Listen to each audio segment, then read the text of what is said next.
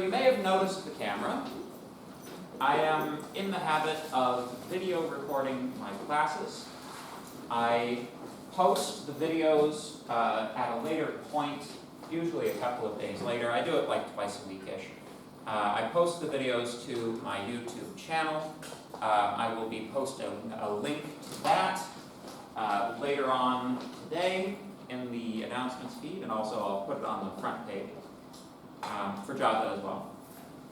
And yeah, if you want to pick through the archive on the channel, it includes several previous offerings of this course and a couple of the other courses you're probably taking at this point in time. So if you want to you know, look out ahead a little bit in the course, or if you want my version of the stuff that Professor Adams taught you like in the previous weeks, that's all available for you to view at your leisure.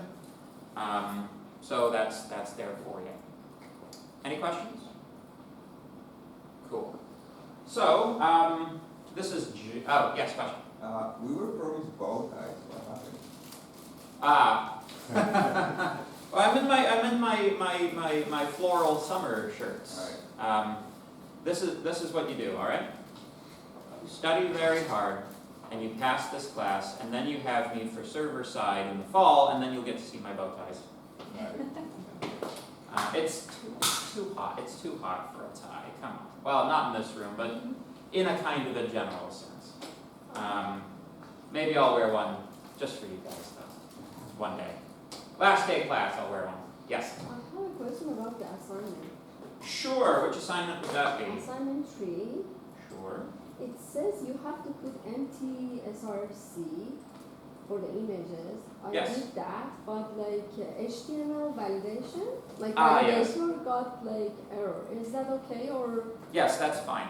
So in that case, the assignment is asking you specifically to do something that will invalidate the validator, right? Just ignore those warnings. You so won't I lose put any the marks empty- because of something you were actually asked to do in the assignment. Oh. Yeah, don't worry about it. Yes? If I put none in the tag, so it's still validated, but nothing showed up, would that count if I re-upload with blank tags? Honestly, I'm not that picky about it. That's fine.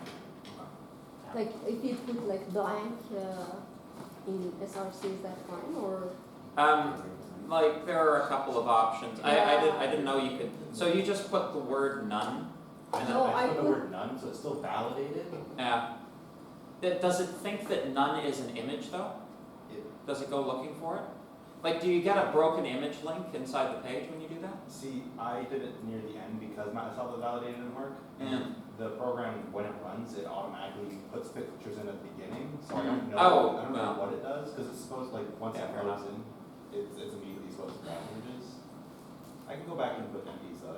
I put like blank the PNG and it works. So, but Yeah. it's not empty. So, if you want a literal interpretation of, like, the assignment instructions as written, you would, I think, actually just leave the source attribute as entirely missing. Like, it's still there, right?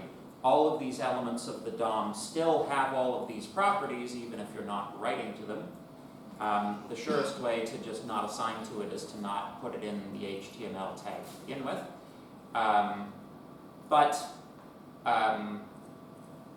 Let's just say that in the context of the assignment, it's a fairly minor point.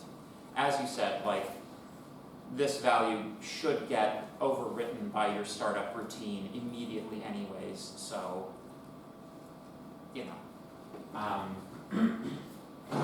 It's a minor point, but if you want to do it like exactly according by the book, I would leave the source tag out entirely. Yes? Also about the assignment, for those images, because we have to put images on our website, of course, that we're talking about, but the spot where we're supposed to hand it in says not to upload any images, only our HTML and stuff files in TXT format. Yes. So are we to assume, I'm guessing, that you're going to use your own images to grade it? Because we can't send our images in. No. when you perform your upload to CS Unix, that sure as heck has to have the images. Okay, so it's just for that one weekend. Yeah, basically that requirement is like source code submission to Canvas only, please, because like there's no point in submitting the images to Canvas, Right. right? The assumption that this course works off is that on CS Unix you have like a fully working deployment version of your code, right? So yeah. Okay. Does that answer your question? Very good. Welcome. Any other questions about assignment 3? Quickly checks to see when the due date is for assignment 3. Tonight. Tonight, Tomorrow. tomorrow night. Tomorrow. Right. Is it No, tonight? tonight. Oh, it's tonight. Due July 4th, there we are. Yes. Due tomorrow. Yeah, that would explain all the questions. Is assignment 4 going well? Yeah. Or assignment 3 going well? Yeah. Yeah. Hopefully all of you find it to be like fairly like straightforward. Here's the thing, write the code. That's kind of like what the flavor of that assignment should be. You're not really permitted much in the way of creative choice.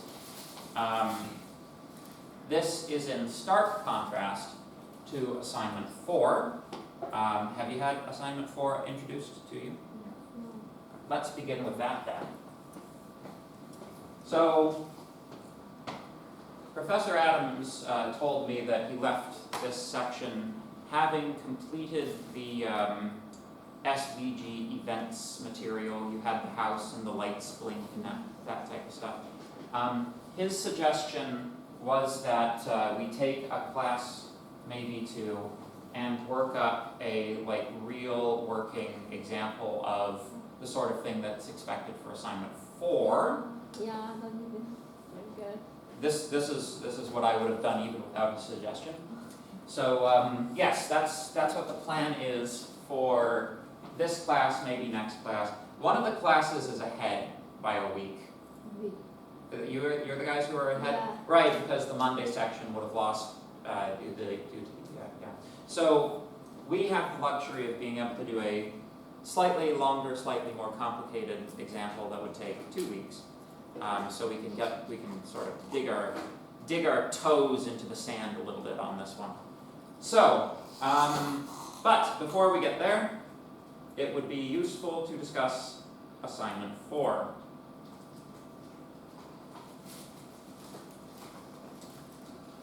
So let's take a look-see. So, the goals of this assignment are, number 1, using SVG stuff and JavaScript. Number 2, practice creating web applications using JavaScript event handling. Sure. Practice responding to events through DOM manipulation. Sure. Practice the concept of state and variables within a web application. Hopefully all of you know what a variable is by now. So, this is a creative assignment. You have far more flexibility with what you want to present to me than in previous. Even considering assignment 1, which was like, fairly flexible in that it had several writing topics and was generally like writing some paragraphs. This is I taught this class last semester and I got some pretty schnazzy submissions for this assignment, which I would like to take an opportunity to show all of you as part of the lesson today, show you what the sort of thing that's possible, or perhaps more interestingly, the sort of thing that impressed me last semester, if you're the type of person who's interested in impressing their professor. So, just bear in mind that anybody who impresses me enough gets a reference. That's the thing I actually do. So, blah, blah, blah, blah, blah, blah, blah, yes, yes, yes, don't cheat. Yes, you should know how it works by now. So, what you are attempting to do with assignment 4 is to create a simple game application. Since we have no back-end support, this will be 100% client-side. Obviously, this is client-side programming after all. You are not expected to retain any information between page loads because there's no server, so it goes. Do not overcomplicate the program itself. There are a few sort of ideas to get you started here. Coin flipping games, dice games, memory matching games, typing tutorials, HTML tutorial, maybe. I've never actually seen anybody do that one. If you're kind of stuck for ideas, you know, anything in that category can be good. Dice game,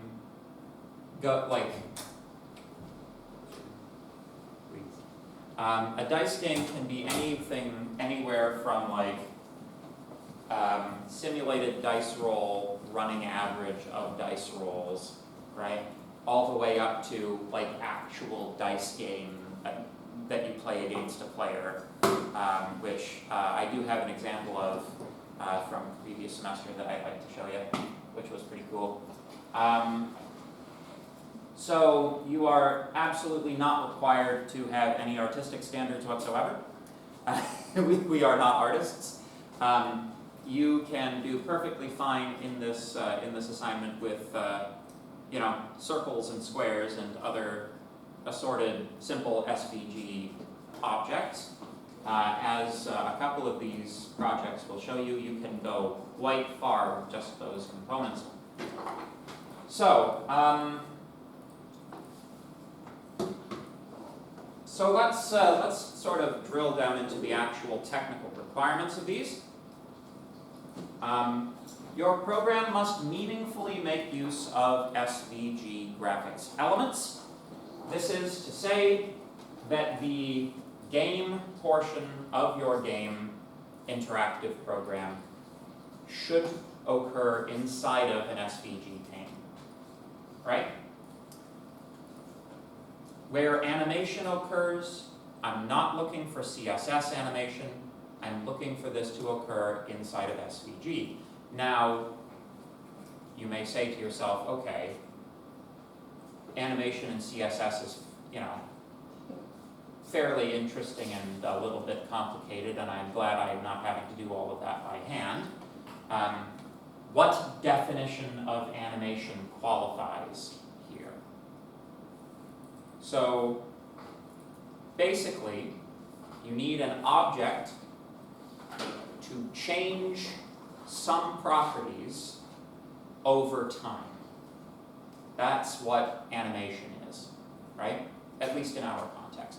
So if I start off with a circle that's over here, and then in the next frame, he's over here, next frame he's over here, next frame he's over here, and this is where he finishes.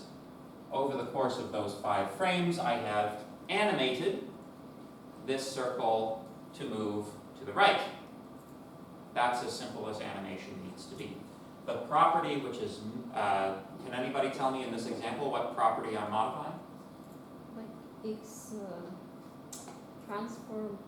Yes, the X position. Yeah. Yeah, just modifying position. That's kind of like your absolute bare bones entry point into animation is modifying position.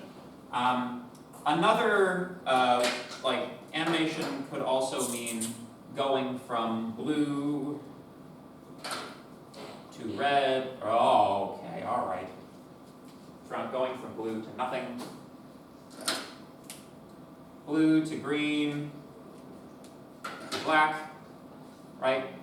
Transitioning through colors also counts as animation.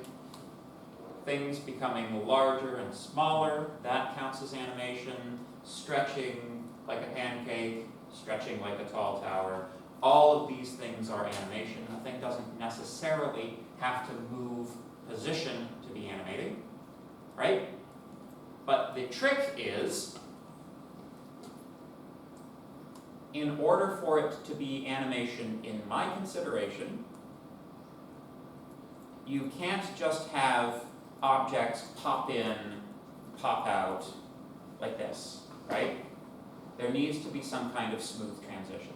So, for example, one example in SVG which is fairly easy to get working is like, kind of like a mouse pointer balloon pop game, right? Where like you draw a circle randomly on the screen, you move your mouse over to it, you click it, that circle disappears, another one appears somewhere else on the screen, right?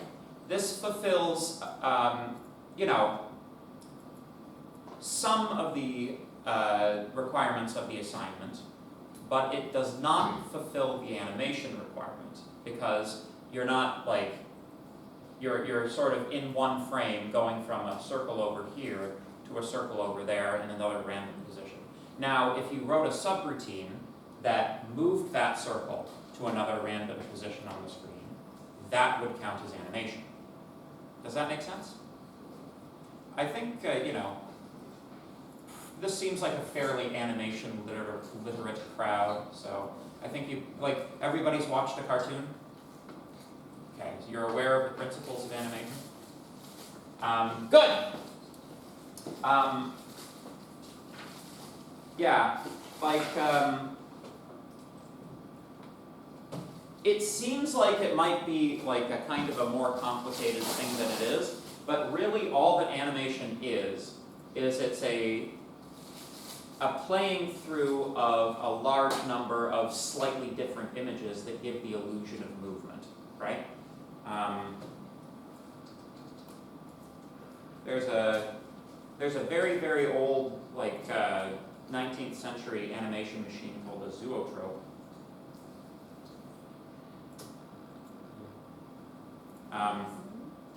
Which, if you've never seen these, is my sound off? My sound is not off. There we go.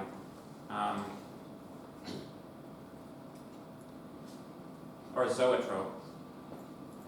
So basically, you have a bunch of the images of a horse on the inside of the barrel, slots which give you a view of one of the images at a time. And is this person gonna run the thing? Hopefully. Yeah, there you go. So if you spin the drum, and you look through the slots, you can see that you get the illusion of movement, right? This is a very old artifact, but this is the principle of animation as it exists through to the present day, right? Make sense? So,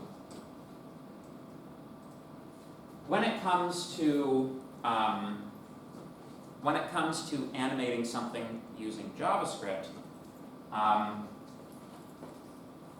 the transition now into, like, we're now talking about how do we code that, right? If you consider what a game engine does, right? Game engines will have frames, right? You will have calculations and scripts triggered on frames, right? How many frames should a video game have per second? 60, yes. And for the cinematic experience? Yeah. A number of years ago, there was a controversy because it's actually difficult to render 60 frames a second if you're, have very, very complicated, detailed, models and underpowered Xbox hardware. So they, the game publishers thought they were going to pull one over on us by knocking it down from 60 FPS to 30 FPS because they couldn't manage the hardware. So, how do you simulate a frame or a sequence of frames inside of JavaScript? Setting turbo. set interval. Yes, exactly. So if we take set interval and we calculate how many milliseconds 60 frames per second means, like how many milliseconds that is per frame, it's 16.6 milliseconds per frame approximately. 16.666666667. If you set up a set interval to run whatever update function you want that updates the state of the game according to that interval, that makes animation a tad easier. Your alternative to that is every time you want like some specific process to animate something, you give it its own interval, which is clunkier and more work for the computer, right? It's easier for everyone, more efficient to just collect everything into one update method. That way you also know where everything's being updated from. It's just better coding practice. But anyway, so enough on the subject of animation. And you have to have some kind of animation inside of your interactive program. Okay? So, you must have, this is a requirement, 2 types of mouse events. 1 mouse event, 1 keyboard event, or for me personally, last semester I extended it this way. I have no problem extending it this way again. If you want to do 2 types of keyboard events, I also consider that acceptable. At least 2 types of keyboard events. One way or another, there should be at least 2 distinct types of events that are gathering input from the user, right? And please, please, please make them obvious. It's like, you know, if one of your events is like a mouse over of a thing that's like 3 pixels by 3 pixels in the extreme bottom right corner, it's possible that you might be coming to me later saying, but sir, I definitely did meet that requirement. You just missed that other event. And I'm like, well, of course I missed it. To see where you put it, you know? I actually play the games to mark them. I look at the code secondarily to playing the games, actually.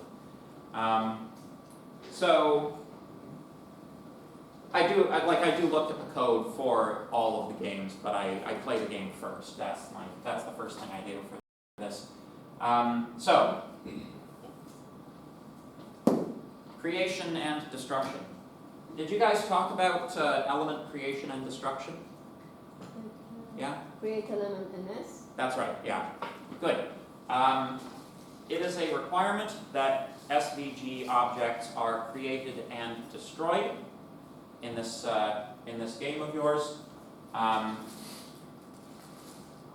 It's not just a matter of pulling the old Galaga trick and having the bullet for the spaceship, you know, putting that off screen when it's not in use. No, I want you to actually delete the memory that contains the object. Right? By the way, in a lot of those very old like shoot 'em up games where you only get 1 bullet, that's the reason. It's like there is 1 bullet object because memory, and like when you're not using it, they just pop it off screen and then they pop it back in when you use it. Like Space Invaders. Space Invaders works that way. Space Invaders would be a great, that would be a great project. In terms of like the complexity of the interactive program that I would be happy with, right? If anybody does me like an Atari style or like a game that rises to the complexity of an Atari game, I would be like, wow, that's quite a good project, all right? So, you know, if you make Asteroids, it's like, whoa, right? If you make Centipede would be awesome. You wouldn't have to make anything quite so complicated as Centipede. Centipede has a lot of enemies that have like specific attack patterns that you wouldn't need to implement for this, right? You know, Pac-Man, wow. Just one thing, don't make snake. Last semester I had a group of like 5 or 6 students who all gave me the same ChatGPT implemented version of Snake, and every single one of them got an 80 strike. So write your own project. I expect that pretty much everybody in the room is going to have something unique to show me, right? So, elements must be creatable by some mechanism. Well, yes. So, items should pop in. You need to use create element ns. Elements should be removed as well. Using the proper object-oriented means, I don't want you just like, you know, overwriting HTML or inner HTML or anything. Style your SVG elements using CSS in addition to basic XML parameters. Yeah, if you want to. I'm less concerned about that. Animate at least one SVG element using JavaScript. The animation should be obvious and noticeable. Do not have a 3-minute transition from ultramarine blue to navy blue as the background and call that your animation, please. Do not use well, you may not use animated GIFs to fulfill this requirement, but you are permitted to use them otherwise, right? So long as you've met this requirement in other ways, you can load her up with animated GIFs if you want, okay? If you have an animated GIF and you're moving it around the screen, that actually counts as animation, as not, like, you're animating the animated GIF, which count, anyway, you guys get the idea. Let me just pause here and see if anybody has any questions about this so far. Is this making sense? Yeah? Is this sounding like work? Good. This is work. If there is no type of project that's easier to overscope than a video game. Video games are quite long and complicated to develop. It's very, very easy to pick something that's far too complicated for the time that you have to do it in. So, my recommendation, think small, right? If you want to do an Atari game, right? Let's say that you're saying to yourself, I want to do Space Invaders. I don't particularly like Space Invaders, but it's got brand name recognition, so I'm going to do Space Invaders. Consider the following, right? By the way, does anybody know what I'm talking about? You guys know Space Invaders? Hopefully. I'll just bring it up on screen. Come on.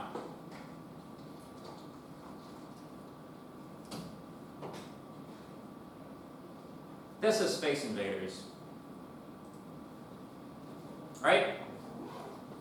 So, Space Invaders is actually a lot more complicated than you might be led to think. Right? You have destructible barriers, right? Both the player and the nasties can shoot the barriers and destroy them. You have 3 different types of aliens that change colors as you go up.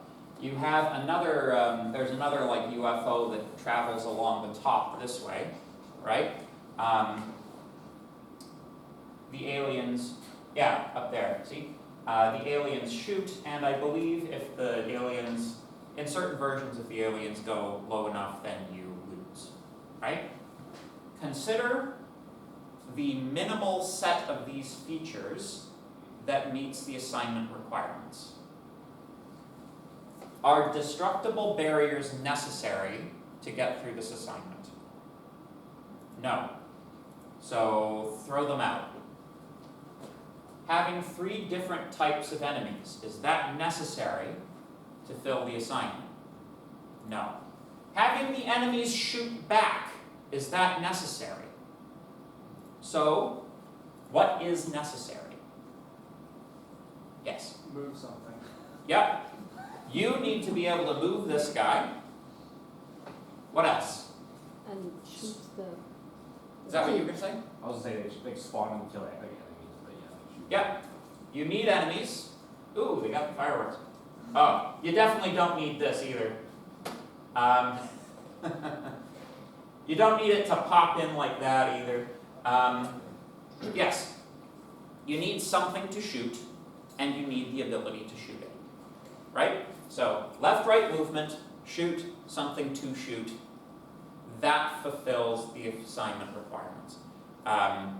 There are a couple more that we haven't talked about, right? But that is perhaps a much easier thing to do than to do a full implementation of Space Invaders. Now, the thing that you should do, you should identify what the minimal subset of features you need to have a viable project. You should identify those during your design phase, which hopefully you have not completed yet. You should think long and hard about your design, but if there's this lovely quote which has probably been misattributed to Einstein. If I had 12 hours to save the world, I would spend the first 11 finding what the problem was, right? During your design phase, identify that minimal set of features that you need in order to meet the assignment requirements, get the thing working, implement those, and then, if you want more enemy types, it'll be much easier to build them in later, right? Set out your foundation, lay the foundation for your work. When you do that, keep in mind further expansion, right? Don't box yourself in or paint yourself into a corner with your code. Leave yourself room to expand it later using good design practice. If you're using good design practice, you basically get that by default. But just get it working, right? And then worry about all the rest of that stuff. Does that make sense? Good. So, Space Invaders.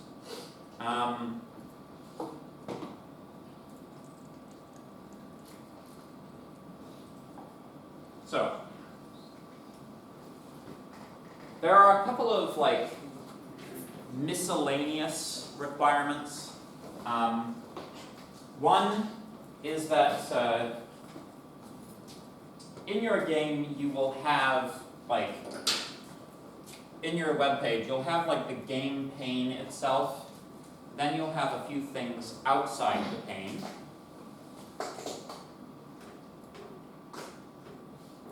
There needs to be an HTML form element which modifies some property inside of the game. This could be a color picker which allows you to select the color of the player object, something like that. An easy one to do is actually, a relatively easy one, is a game difficulty slider. Because game difficulty a lot of the time is just simulation speed. So if you modify what the interval is on your update interval according to a slider, that's, you have, boom, game difficulty. There you go, right? Very, very quick, very simple. But you need some kind of form element that does something substantial to the game. Make sense? It's very it's very open what that is, right? Track state in some meaningful way. A score, number of tries remaining. There has to be some JavaScript variable that's modified as the game is played, right? This should be displayed in some way. I don't particularly care if it's in the SVG or in the HTML surrounding it. Somewhere that value has to be shown, right? Continue to use good HTML structure. creating a header and footer. Yes, yes, yes. Copyright notice for 2015. Thank you very much. Yes. You may use Bootstrap 5 or multimedia elements, including CSS, but understand that if you put CSS animations in, they don't count as the animation requirement for the SVG element. You have to animate using JavaScript, okay? Thou shalt not use jQuery.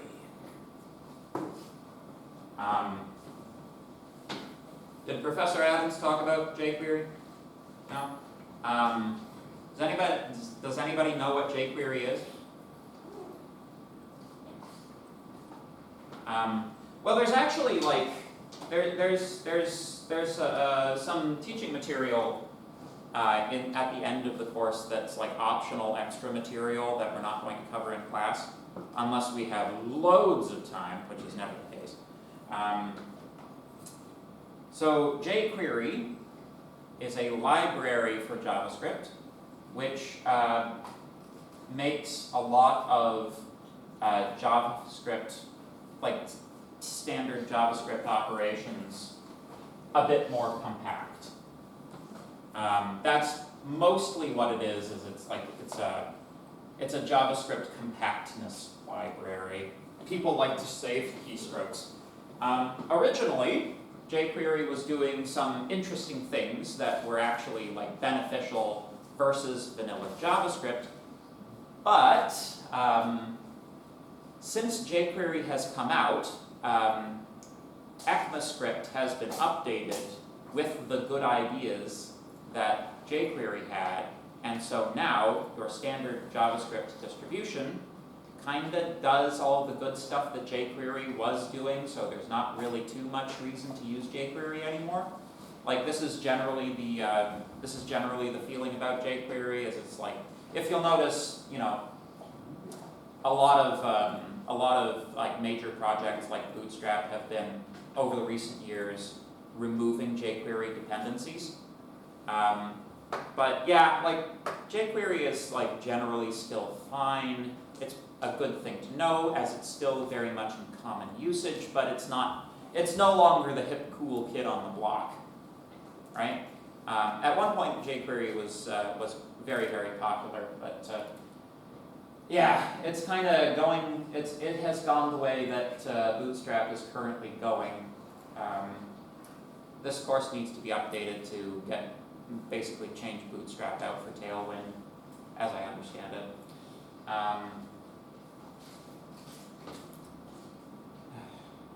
So much to update.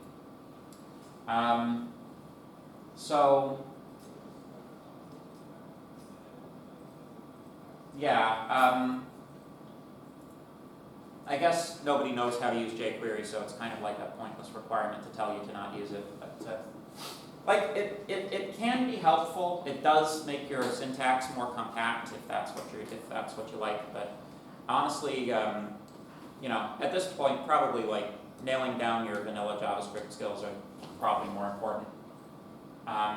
Okay, so the app must run with no bugs or errors in the console. All JavaScript and CSS code must be in separate external files. Sure. I am scrubbing this requirement. I am not concerned that it looks good on phones. I am relaxing this requirement for this assignment only. I do not care about mobile friendly. Just give me a game. If you want to make the game 800 pixels in width, do it. All right? Be creative and have fun. All files must be documented. Yes, good. Handing it in. Hopefully everybody knows how to do that by now. Any questions about assignment 4? All right. Would you like to see some cool example projects? Yes. Awesome.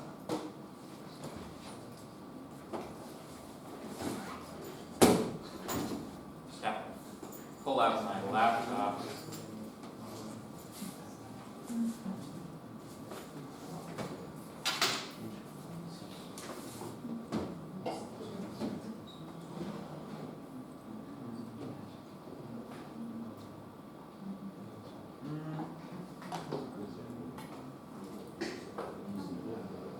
Can anybody guess my preferred operating system? Linux? But which distribution? Mint. Okay, Yeah, because I'm a painful normie. it's okay. You're delegating things out, it's fine. No, I'm not cool enough to use an Arch-based distro. I'm too concerned with program compatibility.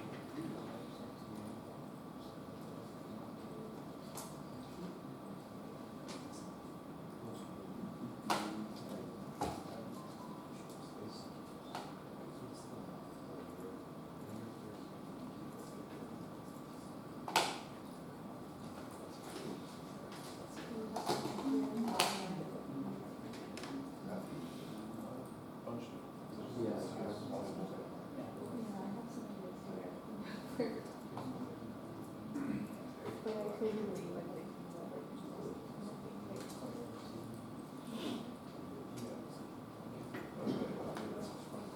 All right.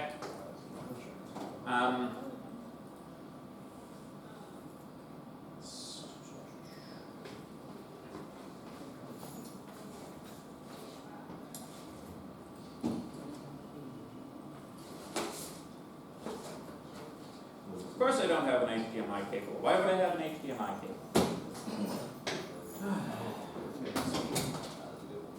gonna do the thing everybody does. Shouldn't. They do it anyway. Why are you not supposed to do that? I don't know. Because people don't put it back in the right slot, that's the reason. No, that's a very valid reason. Yeah. Like, did I just look to see whether it was HDMI 1 or 2 that I just unplugged? Of course I didn't. Why would you look at that? Alright.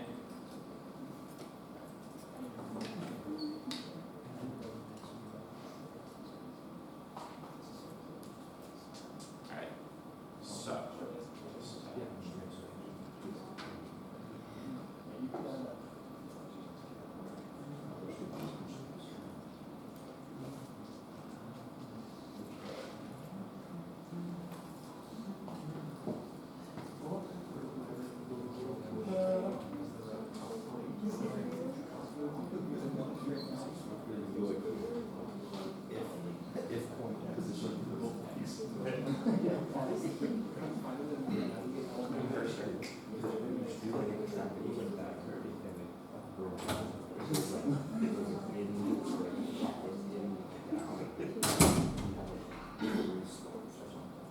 All right.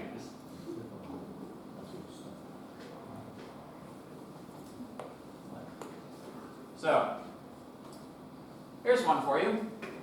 I hate circles.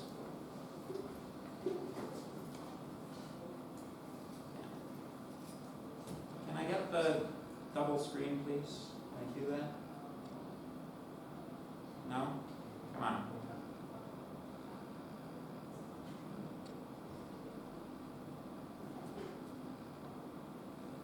Duplicate.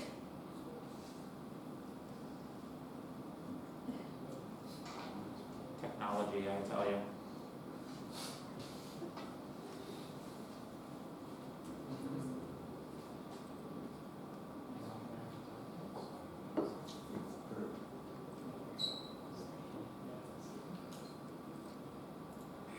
Oh, well. So, this is a game where you shoot the circles using Q, W, E, and R. If it were a slightly improved version of this, it would like penalize you for the ones you miss. But there you go. You know, you can beat it pretty easily, but. So there you go, and you can see it gets quite hard. So that's one. I thought that was pretty good. Yeah? You press all of the Q, R, W at the same time? Yeah, that's what I was doing. I was like going like. In theory, like the game kind of intends you to only press the button that you have the thing flying at you. Like, but you know, this was still very good. Can you think of ways to improve it? Always. That's not what we don't have to worry about that too much. This one was quite polished, visually polished.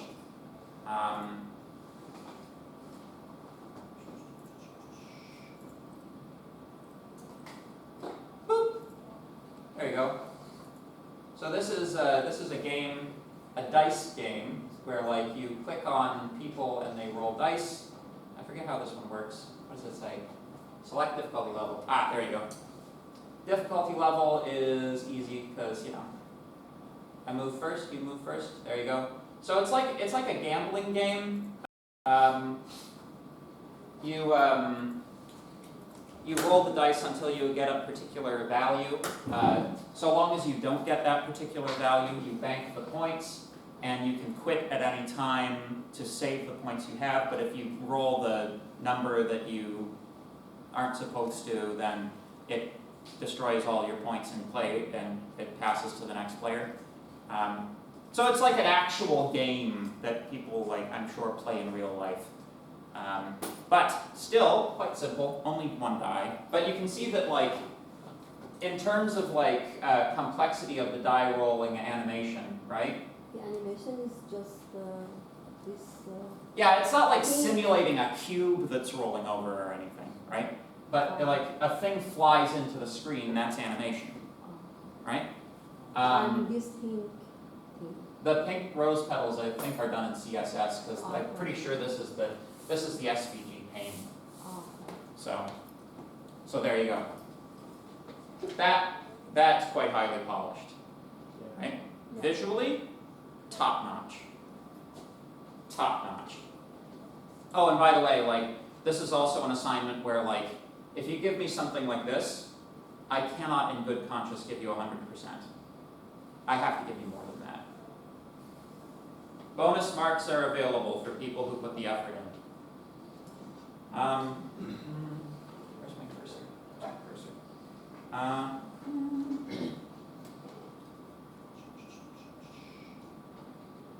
So this one was like technically like not terribly complicated, but like in terms of interest, like the way the game works, it's quite clever. So it's basically a hidden object game, but your sort of field of view is given by the brighter stars around your mouse cursor. So, but the thing is you're trying to, once you click start, you have to search the field of stars for a little pink circle and then click on it. Oh, I think I saw it. No, that's it. There it is. Click. There we go. And that's how you get points, right? So I think that the weird lightsaber thing is because this person thought that the blinking stars wasn't a sufficient amount of animation. I kind of think that that was a sufficient amount of animation. I think this is just kind of, you know, this was kind of just like, I was trying to meet an assignment requirement, that's why that's there, kind of thing. Because it otherwise has no effect or purpose, right? And it actually kind of detracts from the whole thing. I would have considered this to be sufficient animation with the blinking stars, which is a very nice effect. I liked that one. Like, again, in terms of like the amount of like code to put this thing together, relatively small, especially in comparison to like some of the other ones we're going to see. But it does a lot with a little, you know? So I thought that was quite a good project. By the way, though, I'm showing you the best of the best from like the 120 students I had last semester. So if your project doesn't look this good, don't worry. People have stuff going on in their lives, I know. So this is Block Destroyer. This is a kind of an Arkanoid-y kind of game. You know, pretty difficult, this one actually. But yeah, it's just Arkanoid. Getting the physics working is actually a lot more difficult than you might think. Right? This one's pretty good. If you beat the level, it pulls in the next level with 2 rows of blocks instead of 1. So there's like level progression, which is not a requirement of the assignment, but it was a very nice thing to see. Right? Make sense? I thought this one was pretty good, quite polished. Even if the physics were a bit janky, you know, like there was that point where like the ball was like kind of stuck in a collision against the paddle. That's like, if you're doing a game that does physics simulation, that's already very impressive, right? So I'm not gonna nitpick about stuff like that. All right, so here is a fun one. This one is whack-a-mole but with guns. Whack-a-blob but with guns. So, am I a painful normie? Yeah. So, you sort of, oh, I forget how do you move again? Aha. Oh, that's probably WASD. WASD? Yeah, WASD. So, and then you sort of, you know, you have to shoot the blobs back, and they'll shoot at you. Right? But yeah! You guys want to see the hardest difficulty? Yeah. Yeah.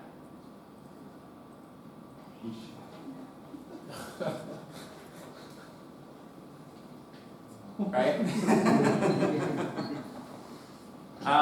If I had my mouse, I could actually last a little while on that, but you know, not that long, not that long. So that was pretty good. You can see that that's meeting all the requirements. It's also like kind of like an interesting extension of other games. It's not just like a re-implementation of something. It's like attempting to do something a little different, which is cool. That's cool.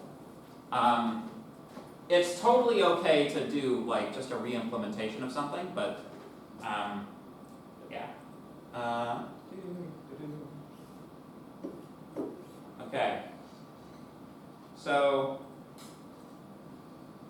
this is one that somebody did because one of my examples in class was I showed everybody how to cheat at cookie clicker.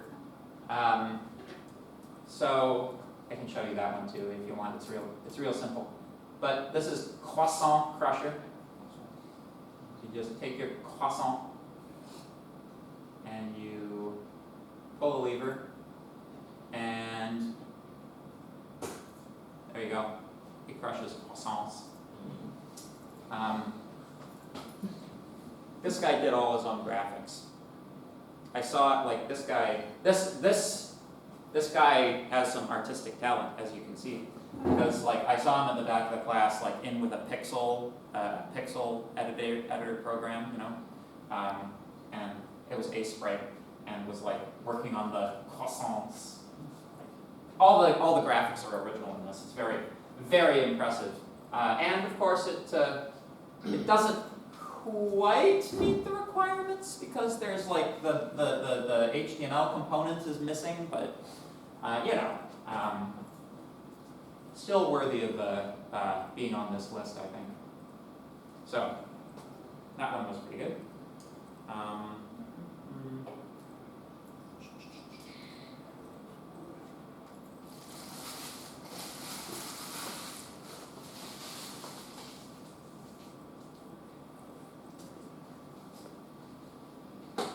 Did you take it down? Yeah, you took it down. Okay. Okay. This one, the next one, this is like my number 3. This got 3rd place for me last semester. Okay. So, mini golf. Again, if you're attempting to do any physics whatsoever, I am severely impressed. There you go. Oh, and by the way, all of the assignments this guy gave me this last semester were gorgeous. Like, really nice looking web pages. But, you know, it's just mini golf. Whoa, alright. There we go, cheat. There you go. Again, I don't care if the physics is a little janky, but like, you know.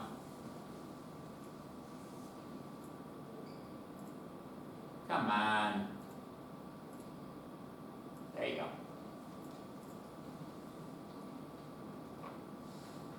Like, yeah, it's pretty good, right?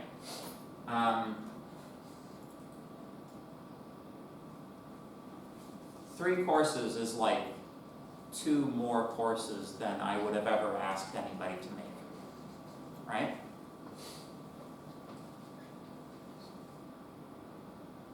I guess I must have failed someone on the exam, that's why they took their game down. All right.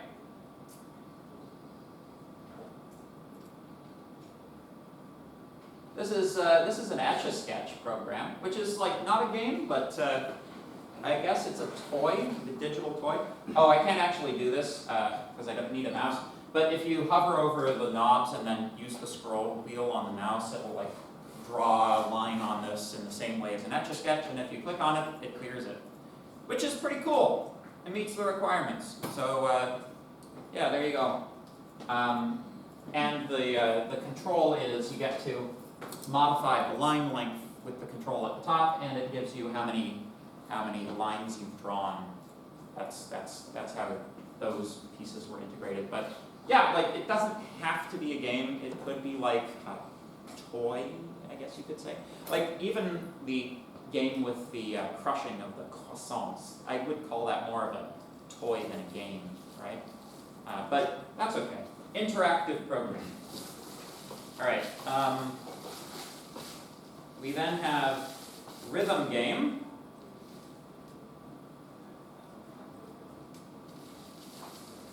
Right? And this is like, you know, it's like if I like, oh, there's sound for this one. Give me a second.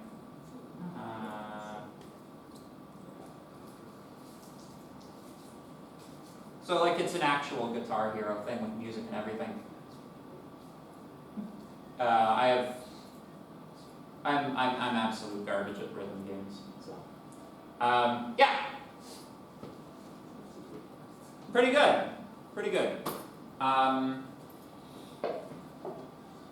then I'll show you the one that got second place. So this is really gonna knock your socks off, I think. An FPS of poor quality.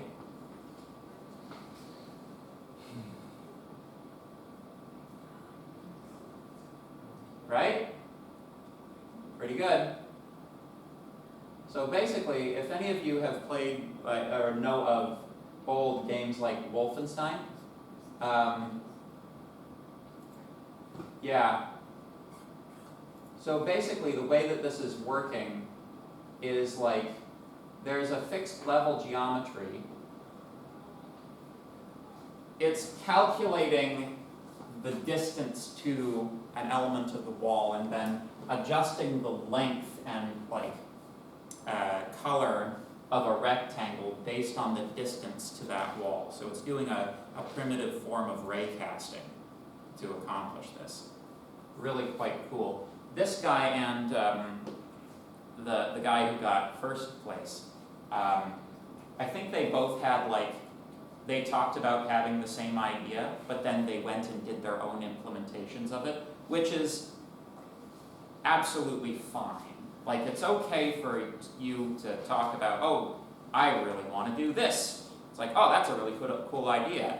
And then you both go off into your corners and do your own implementations of it. Because they'll end up looking very different. And it's not plagiarism. But yeah, and you can like walk around the level. This is very slow though, and the projection isn't, you know, completely accurate, you know, like the math is off a little bit, you know, you can kind of tell, but it does the job, right? It's very good, very cool. But, let me show you, let me show all of y'all. First place. This is a project, I hope, please do not have taken it down. Yeah! I've called this one colloquially Wolf and Slender Man. So, if you take a look at this, it's just like a far more polished, oh, that's the ghost, he's gonna get me! Ah. It's just a far more polished version of the same thing, essentially. You can see that the geometry is working very well. If only I had a mouse. Oh, if you click, it locks the cursor as well. There you go. All of this in SVG? All of this in SVG using only the stuff that we talked about in class. Yeah, right? I was suitably impressed. Yeah, because they're like 3D, so. Yeah, well, again, like you can look up stuff on how to do projection. Like this is fundamentally using the same technique that the other guy was using. He just has more of the rectangles, right? And the calculation on the projection works a bit better. Although you can still see a bit of curving toward the side here, right? So, but what's interesting about this one is you can also like play with some of the visual aspects of it.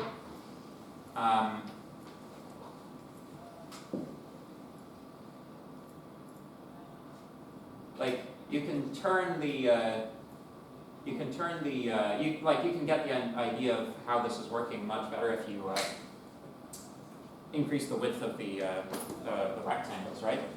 But yeah, and it's got like a mini map, and you can put entities on the mini map, and like the little smiley faces chase you through walls, and they're just doing a very simple homing routine, right? But there's the map, right? Showing you where you're looking. But like, come on, you know?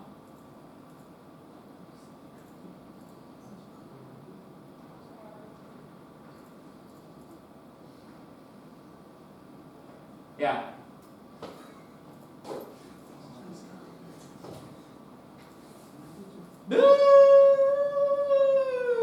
Dead. There you go. So, that's what they gave me last semester. Again, if you want to get through the assignment, you can get through the assignment with, you know, even like the minimal example of space invaders that we were talking about. But if you want to impress me, that impressed me. You know? Last semester they set the bar pretty high. But that's okay. I am sure that you will all find very interesting and unique things to show me. Fundamentally though, like, oh man, this assignment is like the absolute worst for like if I get like, you know, 80 copies of, you know, the same 3 games, it's just like, first of all, it's probably plagiarism, and second of all, it's just boring. It's boring to mark. Entertain me. Use your games and entertain me. Yeah. I took that example and I showed it to the dean as well. I thought it was that good. But yeah, no, just the stuff we talked about in class, and he did that. you know? And like, in his source code where he was like looking up exterior references for like the math and the geometry and stuff, he included the citations for what he looked at. So, you know, because, you know, we don't talk about projection, but, you know. So anyway, assignment 4, any questions? Okay. Good. Shall we make a game then?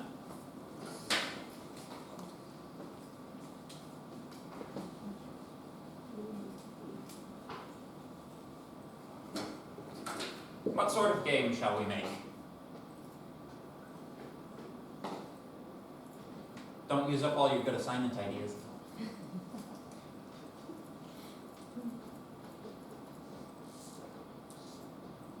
Turn-based game? Terminus? No, turn-based game. Turn-based game. It's a pretty broad category. Got anything more specific in mind? Kind of like the old Final Fantasies. Old Final Fantasies? A side-scrolling game, Side-scrolling game? like we have to avoid like obstacles maybe. Yes. So the sort of that your idea is fantastic for anything other than SVG. The minimal sort of example of a side-scrolling game where you jump is basically you know the Chrome Dino game? Yeah. Yeah. Last semester, I also got someone, I didn't show it, but I had someone who submitted the Chrome Dino game, and I was like, good sir, this is the Chrome Dino game. And he's like, yes, this is a pixel-perfect re-implementation of the Chrome Dino game that I did from scratch. Here are the source code files, and the files where I have all the pixels that I'm redoing. And I'm like,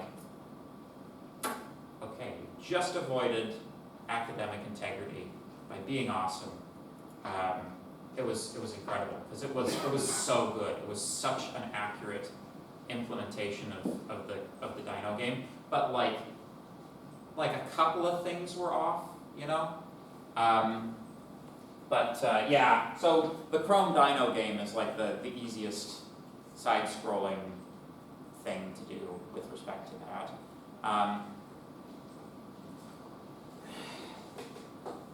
Like, if you want to do something like Mario, right? It gets, like, the math gets more complicated quickly. The first thing that you have to worry about is collision, right? So let's talk a little bit about collision. So do you know, does everybody know what I mean when I say collision? Yeah. So let's say we have, you know, we have Jumpman, right? And let's say we have an obstacle that in theory you should be able to jump on top of, right? The question is, how do we know whether Jumpman is intersecting the geometry of the object he's meant to be jumping on? Check if like some boundary of his is touching or near another, so like the boundary of the other object. Yes. So it's like, it's a little bit, like it's complicated because it's like there are a lot of edge cases to check, right? Like tiny? No, like, just, let's say that this bounding box wants to be right there. How do I write a function that gives me a Boolean, is this intersecting or not? Yes? By comparing the bounding box to each other, if they are intersect or no, or whether or not using the x coordinates of x and y coordinates of both. Yes. Yeah, certainly. So you have you have x, y coordinates, say, of the top left corner in both cases.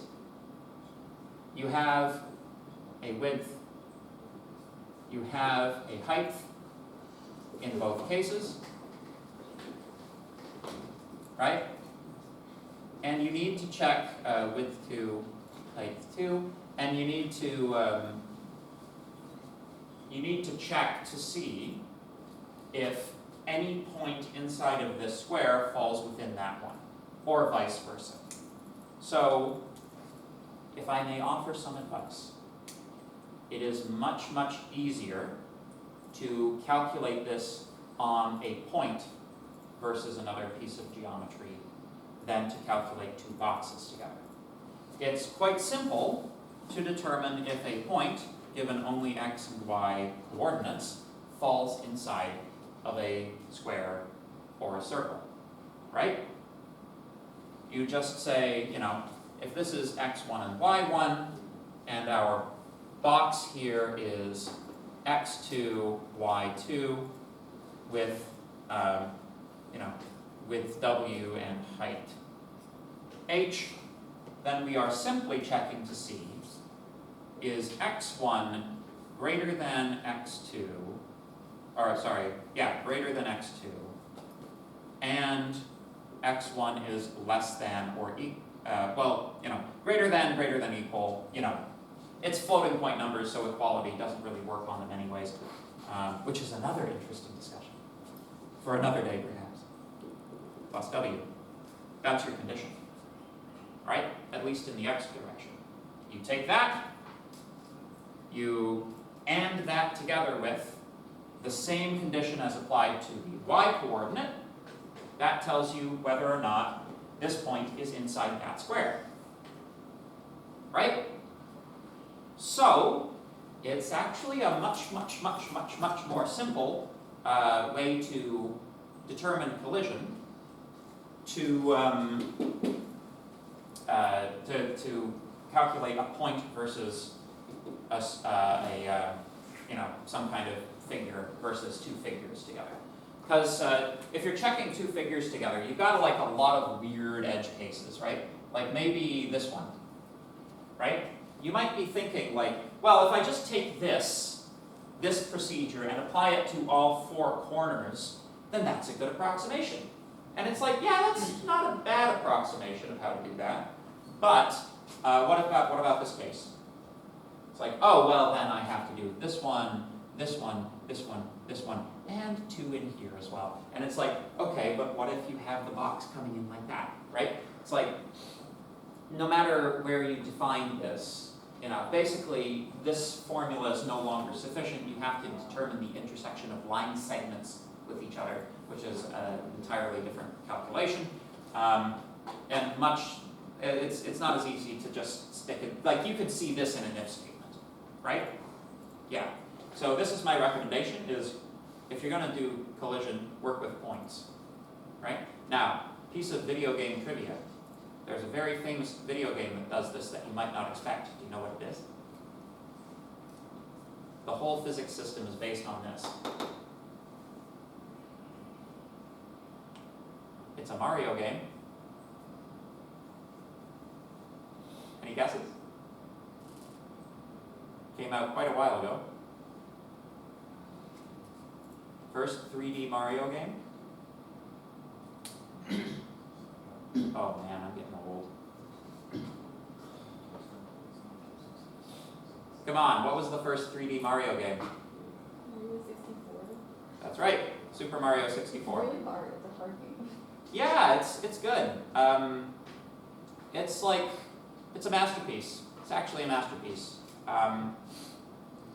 Still holds up quite well, as long as you can get past the N64 graphics. But basically, in Super Mario 64, the way that they approximate Mario mathematically is they make him a point in the center of his body, right, in terms of collisions, and then all of the level geometry, like the boundaries for the level geometry are like half of a Mario width further in than you think they are, right? So then, when Mario is standing in a corner, right, he looks like he's up against the wall, but like technically the center of his body is up against, you know, a wall that's half a Mario width closer to you than you think it is. But you can't really tell the difference while playing the game. But because they were working with N64 hardware, right?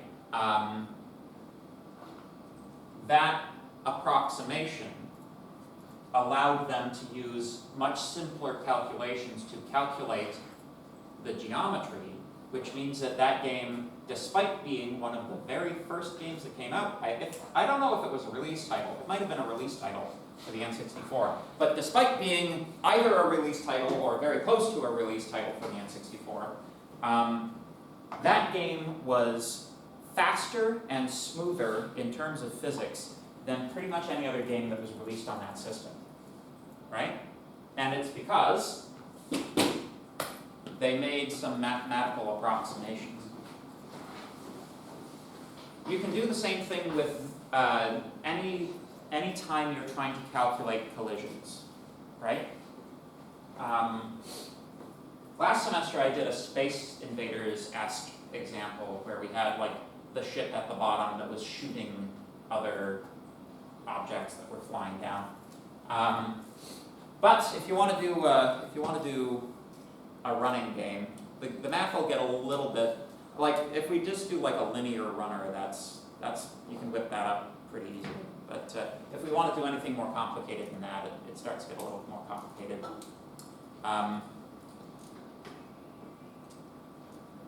Are there any other ideas?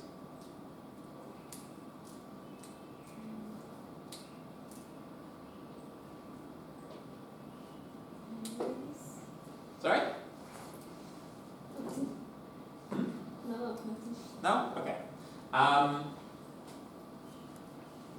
Maybe something that destroyed the other objects? Yes, well, Because like, this one is like, I can do it. Not fast, but like the other one maybe is a little bit challenging. Like we have two objects, and we're gonna like destroy another one through the other objects. Do you know what I'm saying? Do you have any idea? Oh, I never have any ideas.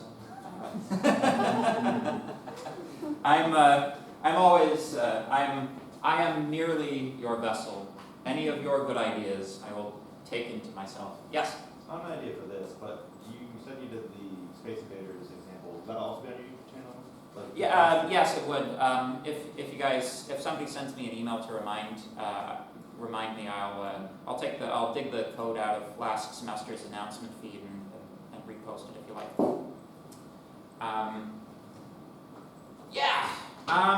I want to do something different this time though, and I'm just thinking like, could we get a platformer working in 2 classes? Not if we don't shut up about it and start doing it, right? All right, this is what we're going to do. This is a 3-hour class.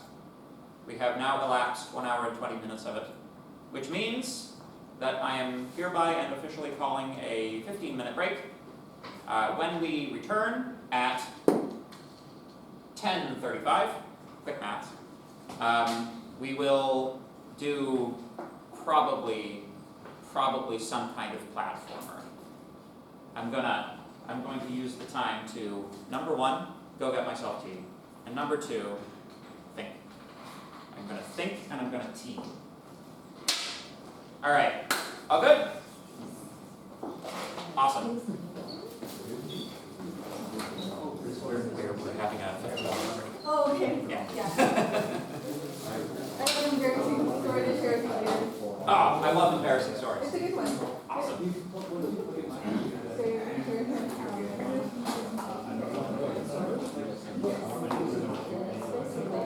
yeah. Yeah. Yeah. So you can do really simple like that. Yeah, do it. And then he said, "Oh, your work. You can do whatever." Yeah. He just wants to see that. Do it.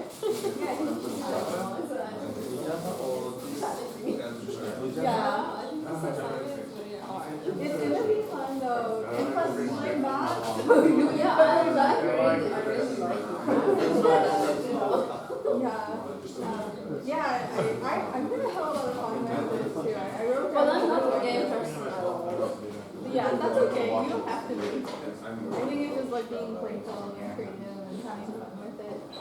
But, yeah. Yeah. I think it's very challenging. Yeah. I have been Yeah, it's- next week, so. Yeah, think of all like Actually, the, I'm not as cold as like, last class. all the learning Or you're last gonna time. do too, like all the stuff that's gonna come in handy for like the final exam we have to do. Like the pen and paper exam, all of this work will pay off then. And you'll be like, oh, like I spent hours and hours working on a game, so I know what I'm doing now. Yeah. Yeah, I think that's really Three really was good for you? yeah, that one was fun. I handed it in. I can show you. Really challenging, I think. It took me a long time. So. Where's the code where you check? Do I have my CS Like when you check what your card? things. Where's that? Yeah. So. Oh, that's okay. Really cold here.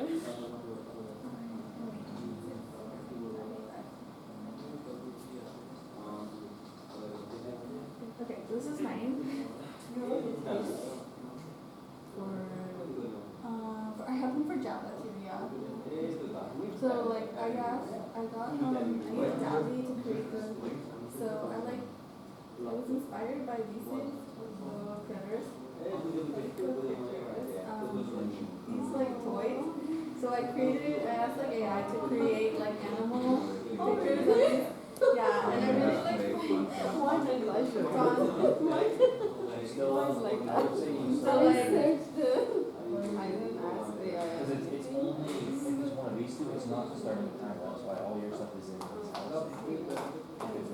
It's not within oh, range. that's cute. I really like it. So You know what? That's really nice. following the start timer. I like it. I love that. I like the shapes too. I think you can really like that. What that. So you Yeah. still I have just that. searched a lot and I was like, oh, it was very cool. Do the I know. timer I start tried timer. to Because all of them, like the size are different and everything, oh my god. I know. I I'm found. going to see it again, I don't know. Oh yeah. No, so I already know it's because my husband and son play Mario before. Oh, really? And I tried mine so hard. And I was like, I don't like this. It's too hard. Yeah. I just played Mario. Like the basic one. When I was a little, I played that one, the one that was Like like, a long time ago. yeah, I know what you mean. Yeah. Like the one that's mushroom, you know. Yeah. It's a good game. Jumping and I know. I used to play it. I the still, mushroom. my husband like has like a favorite hobby. We used to play them like simulations or I forgot. So you got the right, Yeah, I forget. But it's basically like you can still play the games, but on the This. simulator because otherwise you would need that you're not playing, so game that in console here you machine, can which we do, don't have. because you don't want to cover all. And yeah, it's fun, but I don't have You- access to you do video this. games anymore. Without a number, you can like, you want. For you, like, it was hard to. Yeah, it should be completely gone. Yeah, it took me a long time, but I'm noticing like an improvement since last semester.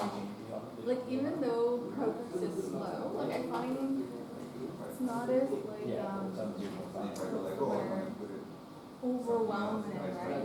Like when you think about yourself, if you were to go back to September, like think about everything you've learned, right? Doc text Like, content. so For me, the never so Invalid.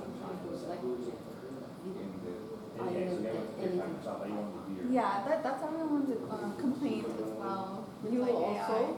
Because of using AI, like we didn't feel confident in our skills. So like, yeah. there's no material. Is there any materials? We did the same thing. Did you have Stephen Adams? No. Another like Tom Lowy.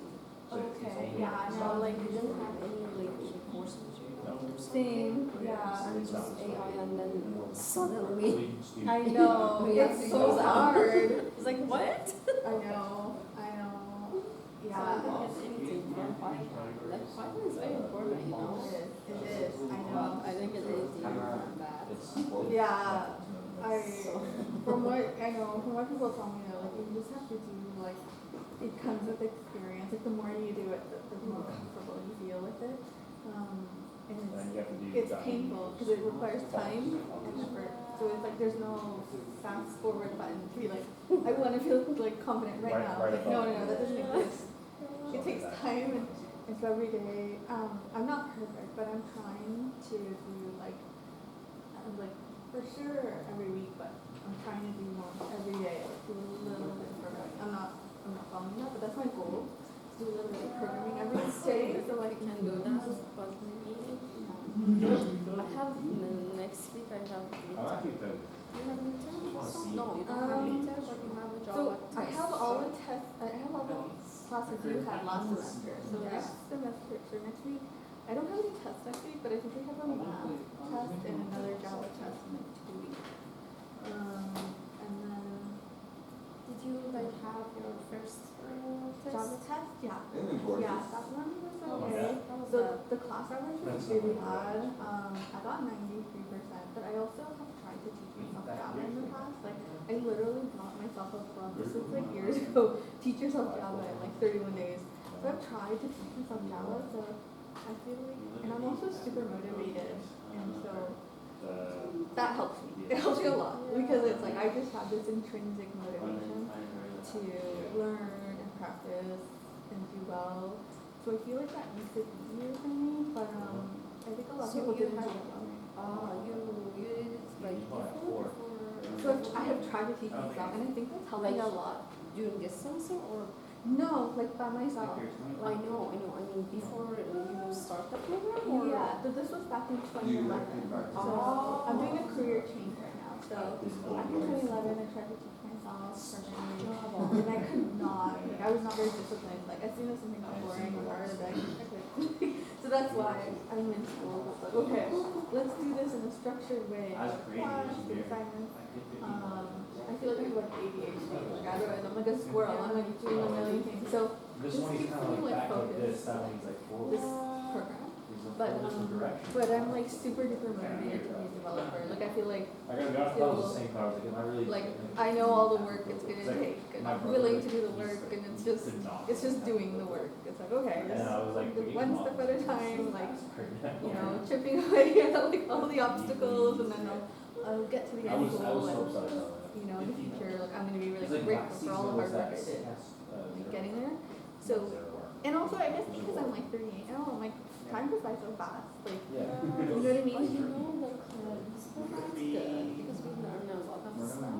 But like, some of my friends told me that What's your they age? had this program. I usually They do, told me, if you, depending on. Just like, you know, They didn't learn what the industry is like. Yeah. Depending on how. Yeah, a lot of people told me that too. A lot of people told me that too. And so it gives you like something to work on now, right? Yeah, because a lot of the jobs that I want is other programming languages like Go, Rust, you know, React, Node, things that are not covered in this program. But I feel like once we learn this, we'll already have the ability to learn those other languages easier. And so like, you know, for me, I'll just show you what I and did. even for like When I jobs, click on this guy, we covered it doesn't like change one until I of my friends, like she's in industry. So your Told me animation that, section like, long, even like, for jobs, because they use JavaScript. well, mine's a Yeah. 3-second animation. We cover like very I guess the superficial. same guy. Oh yeah, especially so far. So we do, yeah. But if you're like motivated enough, like He's already go take a little bit, a You little can't get bit 3 in a of row time. So because. for example, I think like Or change at the one same thing that time. I'm still not The fully timer, understanding, but I'm coming to understand it. Reset. There's just simply a lot to know. Yeah. You know, it's not just if statements and loops. There's so much, and that's gonna come. And so by the end of this, we'll have the ability to learn other things easily, and also co-op. Hopefully everyone has a co-op. Yeah, everyone's getting a co-op. Hopefully we'll actually learn kind of like, okay, how it works. I'm not expecting it to be easy at all. Like, I'm not expecting it to be like someone hand me a job. Like, I'm expecting to do a lot of hard work. And I'm even like mentally prepared for not being able to find a job. And I'm gonna keep trying it. Like, I'm like okay with that. Yeah, because I know for sure it's gonna happen. I'm not sure if you, I don't know if you're like have you ever heard See, of the like He said don't use one timer for everything. I use one timer for everything. I passive value myself. bubble burst? I forget. It was one of Like on my start timer value, I passive value. So initially I passed 25,000.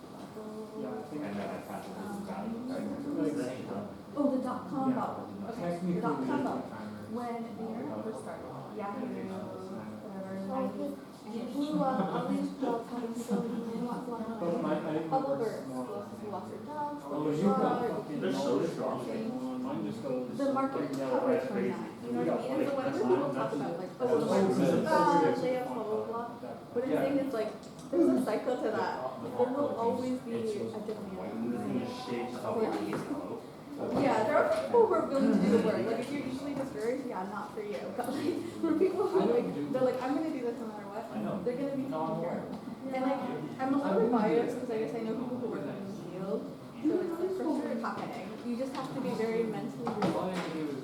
Yeah. Actually, I'm gonna see you. So, yeah. Display is like. Mine's not. My display is like something. And it was a hot summertime. I needed to use that, so I sat right in front of the lecture hall like anyways, you long 3 hours of lecture and I was like, I'm like, okay, gonna get off this route, but I'm like, I'm 18 and I really like, I don't want to be perfect. Well, okay, I thought it was over. And eventually my cousin were like, you reached your limit, and so I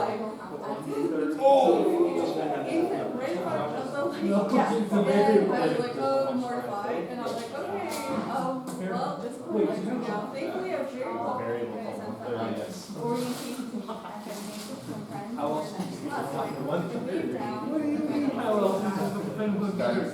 lucky. He let me a hoodie to wrap around my waist. Oh. So it wasn't obvious. Oh, yeah. And that's when I learned my lesson of like, don't worry about being rude. Yeah. In the middle, like, very and yeah, Absolutely. so that people experience kind of like, yeah, don't worry, you have to change Yeah. Yeah. well, it was awful the time now, like,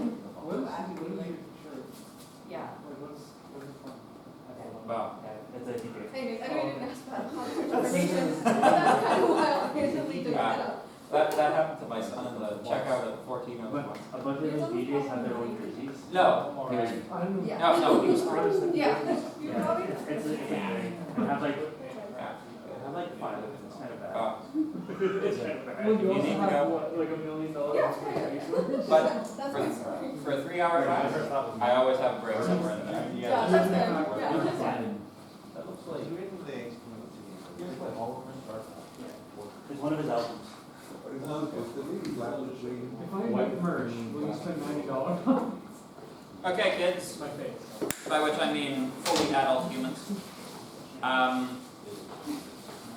You guys want to make Minecraft? Yes. Sure. Alright, let's do it. I'm calling it provisionally Antcraft because I think we're gonna theme it on an ant that's moving dirt around. But fundamentally, we're gonna borrow from Minecraft's kind of mechanics. Is everybody familiar with Minecraft?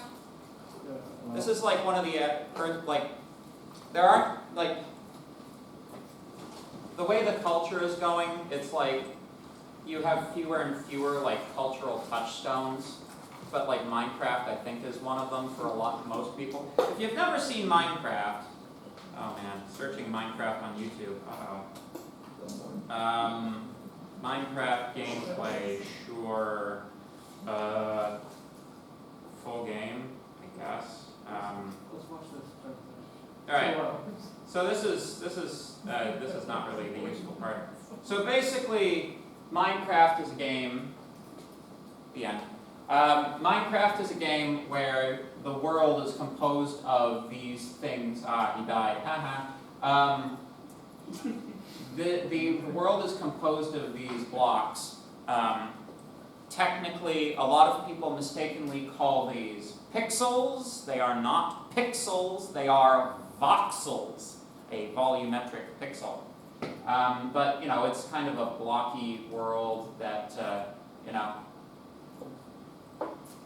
The central gimmick in Minecraft is you pick a block up, you put it in your inventory, and then you put it down somewhere else, right? That is the central mechanic of Minecraft. Everything else is fluff, right?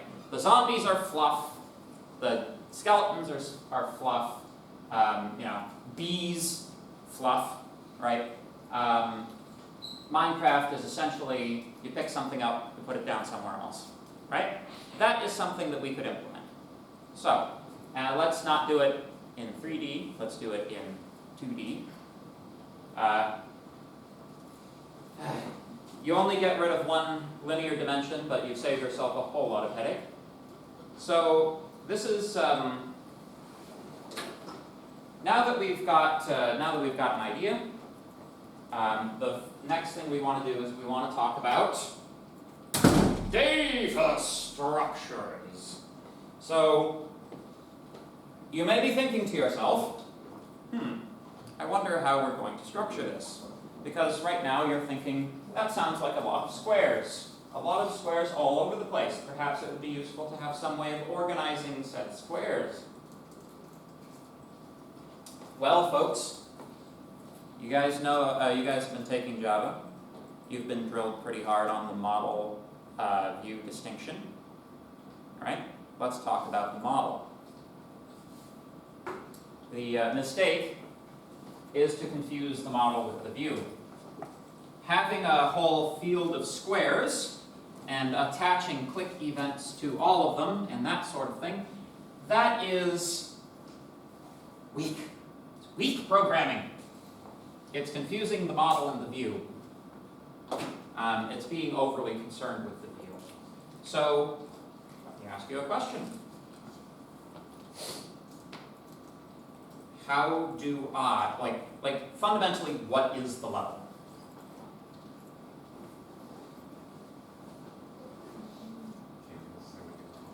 It's a canvas, sure. Like fundamentally what we have is we have a rectangle composed of squares that either are there or are not there, right? So, we could model our level as a two-dimensional array of booleans. That's kind of our intro, that's sort of our first step into it. We could say our field of play is something looking approximately like this. This would convert to a level that looks like that. Right? So far, are you with me? Right?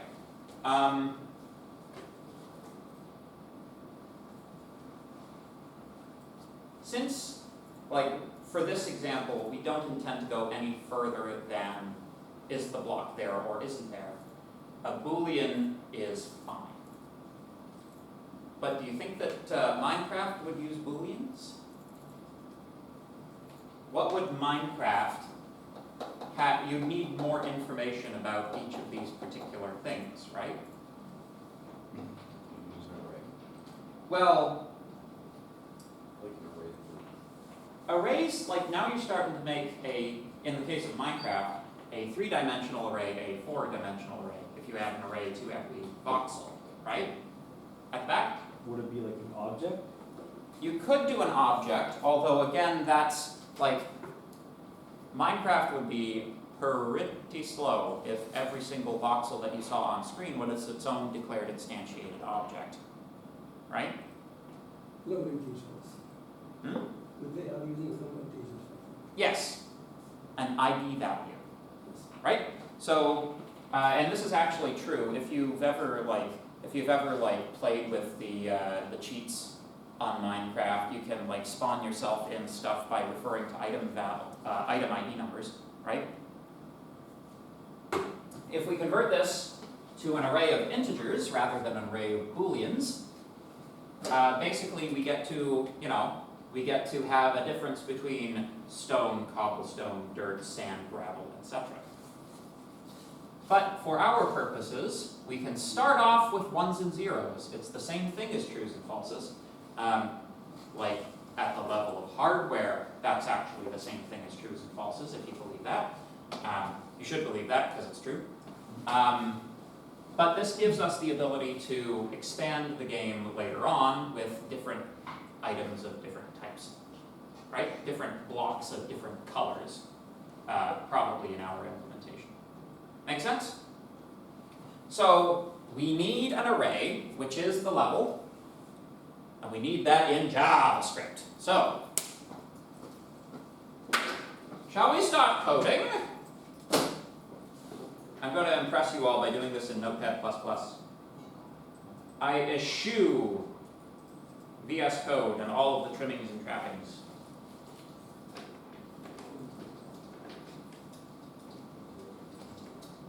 Once again, for the reason that it really just doesn't play nicely with apps anywhere.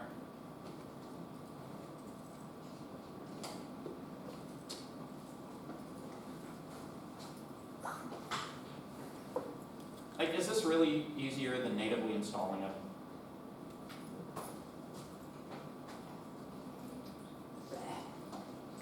All right, so, well, before we even get there, we should probably have an SVG object, right?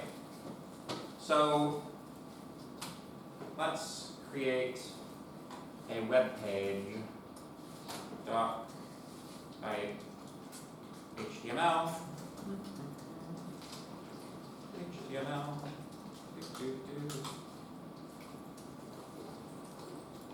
Let me blow that up for you guys. There you go. If I make a spelling error, please point it out, because I'll probably miss it.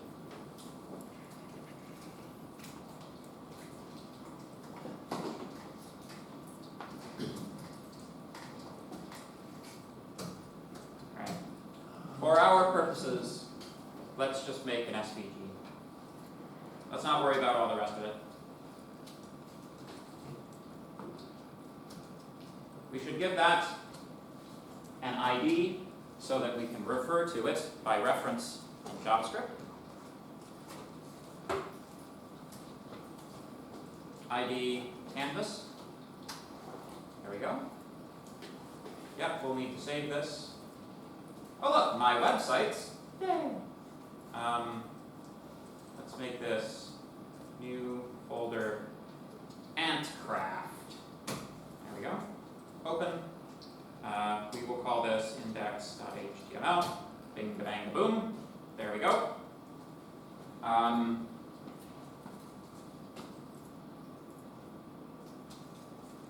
We'll need to give it a width and a height, right?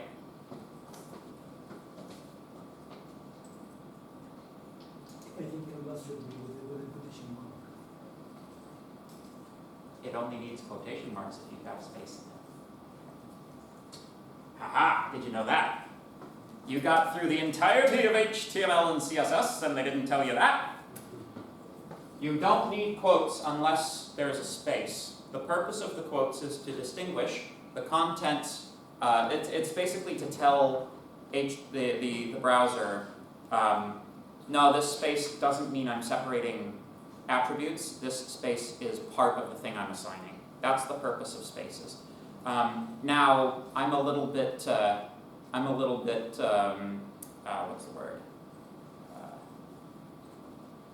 Superstitious. I'm a little bit superstitious about the quotes. Like if I have any character in there that might be considered a separator by anybody, spaces, commas, semicolons, vertical bar, I'll put quotes around it, but I probably just saved all of you collective weeks of your lives typing unnecessary quotation marks.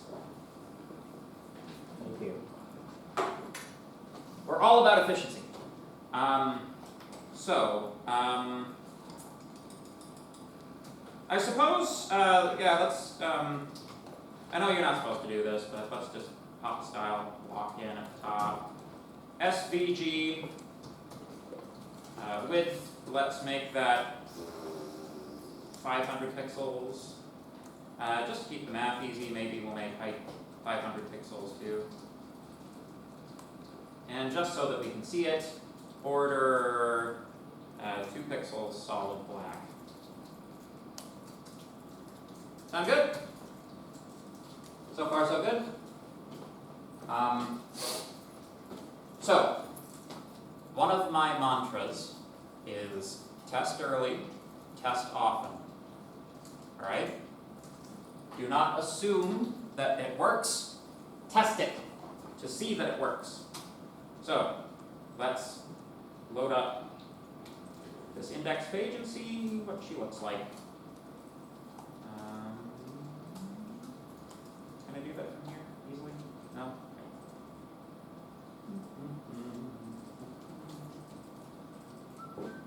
There we go. So far so good.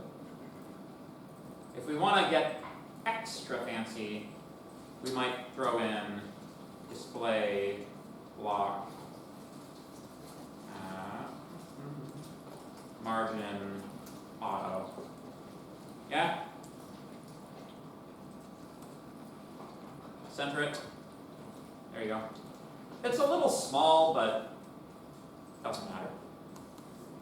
Okay. So,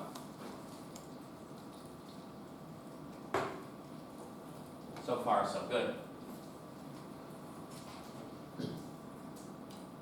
Now, let's create a JavaScript file.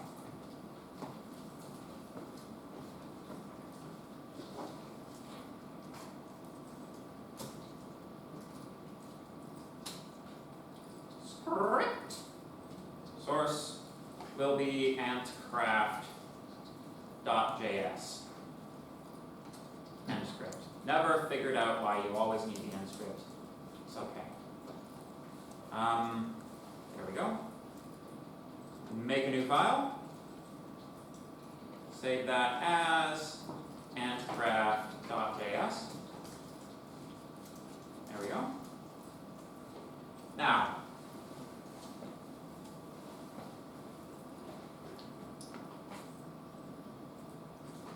the level itself will be necessary for many things, right? Lots of things are going to need access to it. So we should make it what kind of variable? Well, we don't want it constant because we want it to change. A global variable? A global variable, yes. Although, I'm not sure, I forget, in JavaScript that might just make the reference to the data structure constant rather than the contents. I'm pretty sure that's how it works with objects. I'd have to test it to see. So, let level equal. For now, let's just make it an empty array. JavaScript doesn't really have arrays. Everything is a list because everything is a wibbly wobbly dynamic land. But you can do a pretty good job pretending that JavaScript has real arrays. So,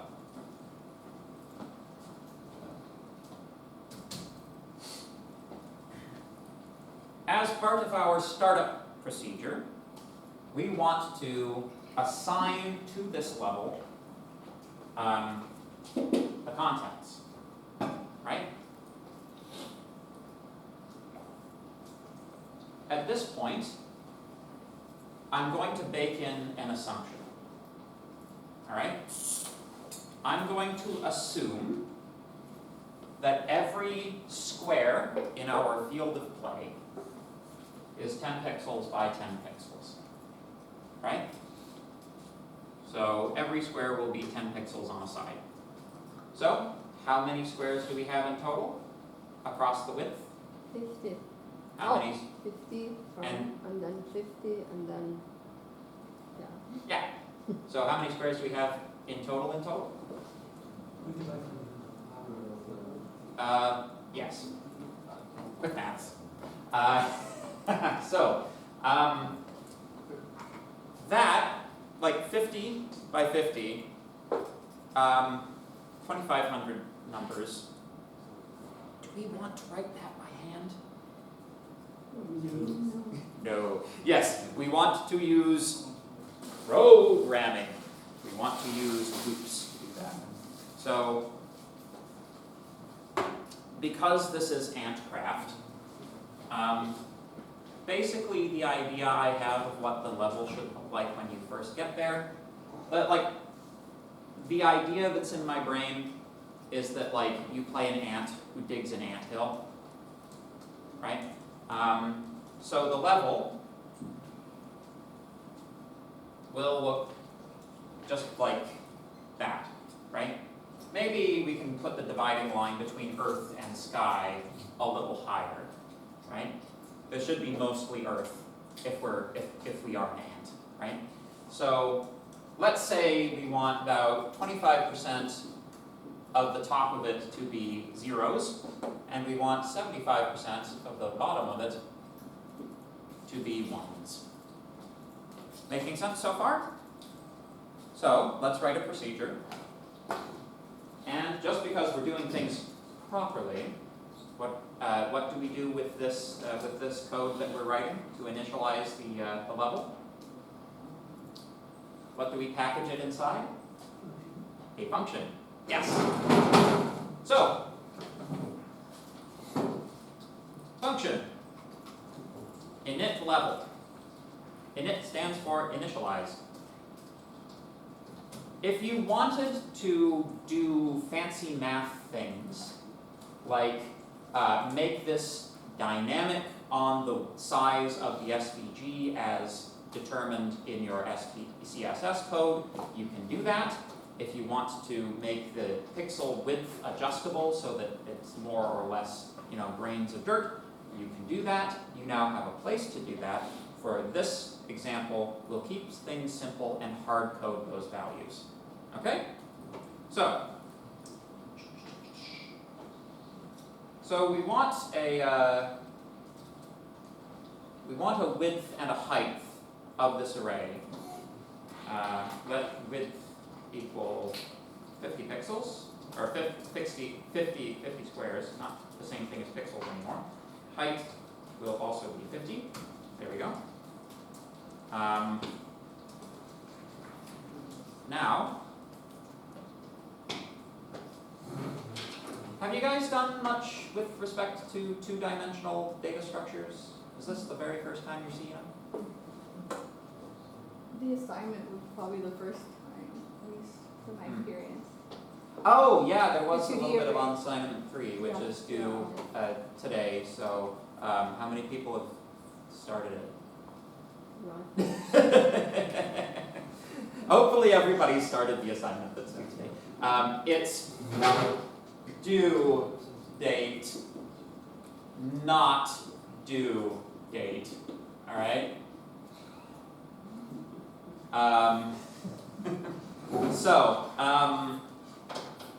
So let's write ourselves some nice little loops. To create a nested array, we will need a nested loop. So let's lay that out first. Let I equal 0, I is less than width, I plus plus. For let j equal 0, j is less than height. You could also use like x and y here if you wanted to. I always default to I, j, and k for this. There you go. Nested loop. So, with respect to two-dimensional data structures, the structure that I've given here is correct. It just excludes the commas, right? So each row will be an array, the whole pane will be an array of arrays. Unfortunately, the effect of this is that when we have a level at thing, which is how we'll get a particular block out of the level, if we do the rows as being inside, then this ends up being the y component and this ends up being the x component, which is swapped from what you would expect. If you want, you can reorientate these to be vertical. Normally how this works is you do it one way or another, and if you make a mistake, you swap these and everything works, right? So, an array of arrays then, which technically means that we should be doing height on the outside, and we should swap the positions of these. There we go. So, we need to create a row, and we need to add that row to our level. So, let row equal empty array. Then this loop will be used to populate that row. And then we are going to append that row to the array, to the level array. So, level dot append, should maybe oh man, I forget what that is in Java. JS. Oh man. JS. This and which is it? Append child? No, that's for objects. Oh. List of child objects. Push. Ah, yeah. Okay. Yeah. Level dot push. There we go. Yeah. Thank you. Row. There you go. Yeah. So that's actually a pretty critical. That's a critical distinction, right? Because you guys have been talking about append child recently, but that applies to objects, particularly DOM objects. So every DOM object has an array as a field called children, right? Those are the child nodes in the DOM. When you use append child, you are appending to that array. It's different than working with a native list like this. Does that make sense? So far so good? A little bit? Alright. So now we have to do stuff with the row. Row dot push. We're going to be very pushy today. Now, if I did this, right? Row dot push 1. What should we get? Sorry? A whole bunch of ones. A whole bunch of ones. Yes, very good. Shall we see if we do get a whole bunch of ones? Every 4 or 5 lines of code, test it. This is enough to test. We should know what we expect to get from this. We should be able to run it and get what we expect. Well, yeah, this should be good. So, if we come back here, we'll need the console. JavaScript console. Reload. So this isn't a function. The function must be called to execute. Init level. Execute. Uh-oh, uncut reference error. I is not defined. Well, that's an error. Ah, yeah, that'll do it. Ta-da! I had an I there. You'll find that like a very large number of bugs are introduced by copy-pasting code and then not changing things consistently. That's why you want to try to minimize code duplication. Init level. Returns undefined. Hoorah. Level itself should have changed. We have an array of array of array of array of array. Okay, if we open this up. Ah! So we have what we expect. This is good. So far, so good. Now, we wanted 25% of this to be, well, we can even do it like something that makes the math work out easier. Let's say we want the first 10 rows to be zeros, right? Any idea how we might do that? If statement? If statement? Height, replace height in the forward with 10. Yes. So height is telling us what row we're on. We can use an if statement using height to basically write 1 in one case and 0 in another. So, here we go.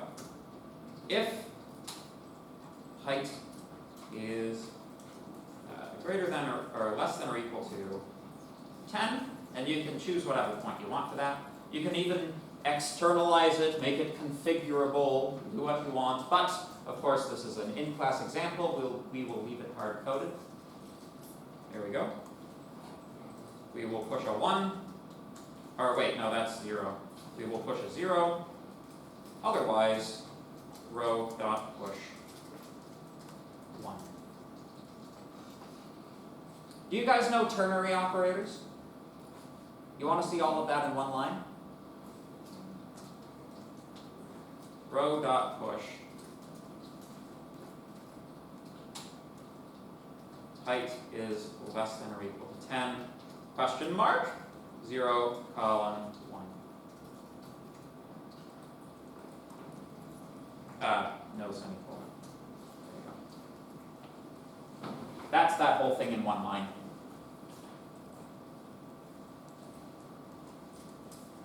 Question? Yeah, so we haven't done that, but I noticed that Visual Studio Code will make that suggestion. It'll sometimes be like, do you want to just make this more like short? And it'll suggest ternary to me sometimes. Always take any suggestions you get from the editor with a grain of salt. One thing that I do in my code examples in class is I try not to stray too far from the stuff you guys already know. So, like, I am absolutely sure that there's a JavaScript method that would do this. You know, there's probably a method to do this, but people tend to need the review for like how to run basic loops. That the more you get that, the better. So, yeah, that's with respect to style. I don't particularly care what your coding style is, so long as you're not it's not like super obvious. Oh, this person has hired someone who's been doing this for 15 years to write their assignment for them, right? You know, like I expect you to have kind of like, you know, student levels of ability with respect to the code, but you know, because I do expect you to write your own code. But you know, if you want to throw some ternaries in, you know, do they increase readability? If you know what they do, yes. Sometimes. Sometimes people like mistake code compactness for code simplicity, right? Packing more into a line doesn't mean you've made the code less complicated, right? Anyway, doesn't really matter. So we have our field of thingy. We have written 4 lines of code, so let's test them. Init level, state of level, view. Did I reload it correctly? Did I save? Save. Reload.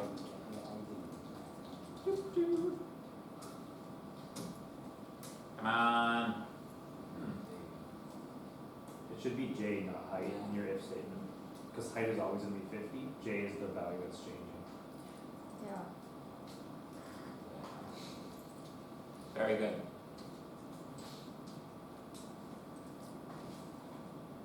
and they let me teach people. There you go. Very good. Okay, so we have a level. We have a model for a level anyways. The next thing that we have to do is we have to have this thing appear on screen. Oh, this class runs from 9 to noon, right? Okay. I'm not 7 minutes overtime? Oh man. So, again, because we want to do this the nice way, we will put this into a function as well. We need a function which draws the level. So, function draw level.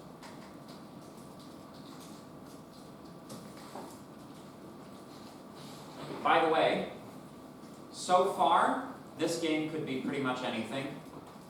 Like, you could do an implementation of Tetris on this basis. You wouldn't have to change much. Aside from like the initialization of the array. So, draw level.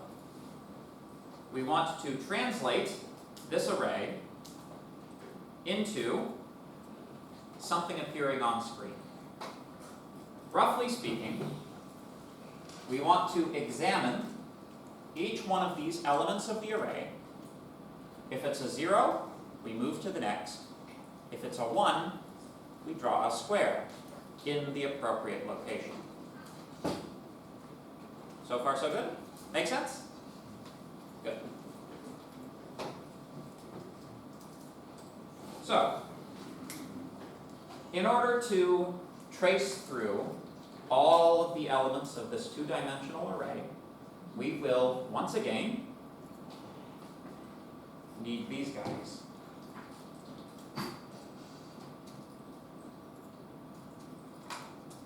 We need to loop over the data structure. Make sense? So far, so good?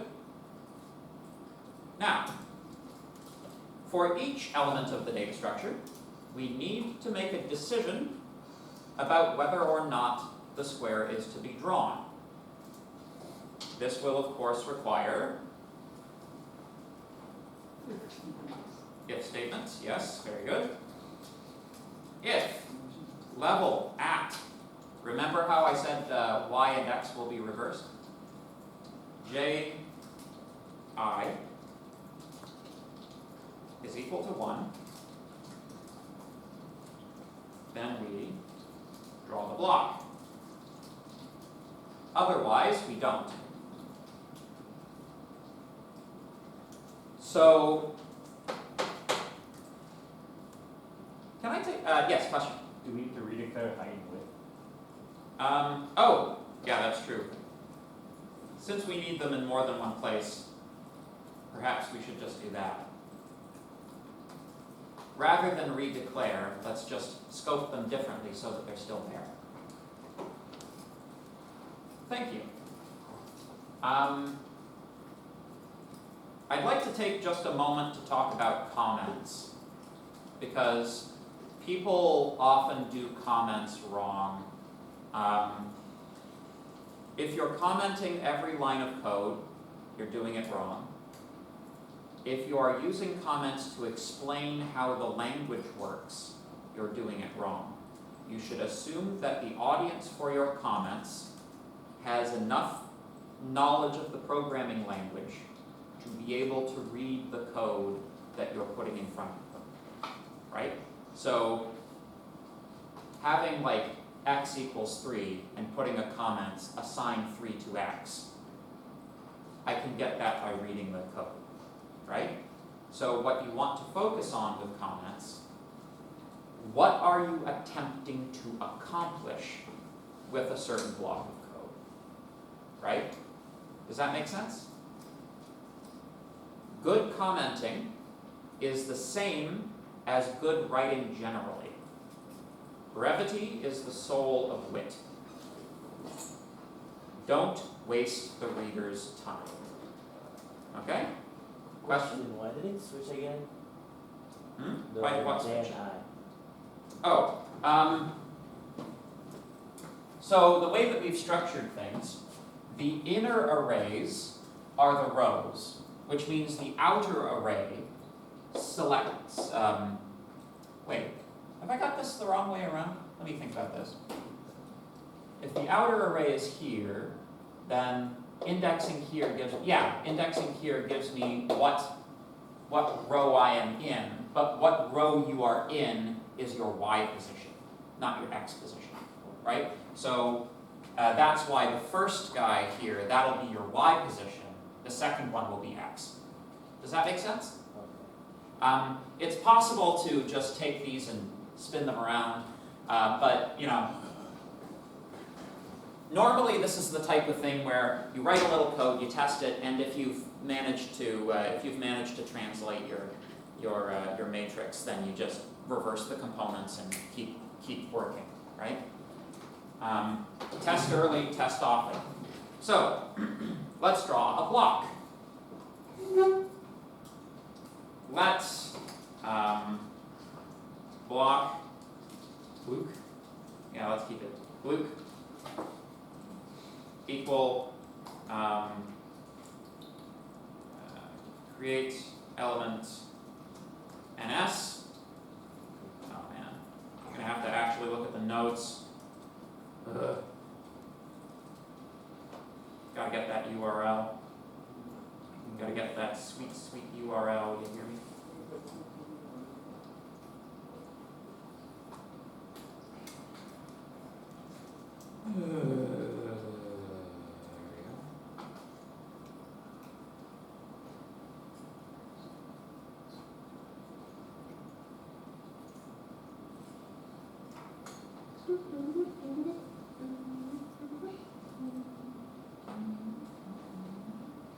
Okay, I have a question.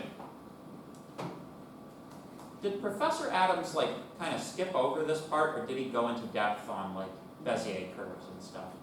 He covered it. Yeah? That's usually this kind of cubic spline stuff. That's usually the stuff where I'm it's not going to be on the exam. If you're interested, go for it, but the math gets very complicated. This particular, I have a active and living hatred for this diagram, as I'm sure all of you do as well.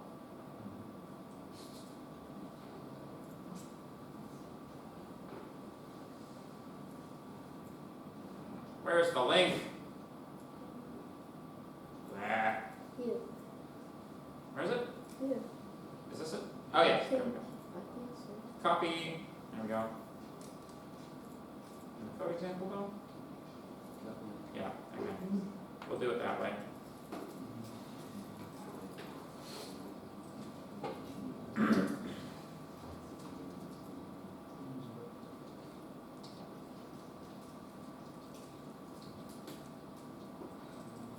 There we go.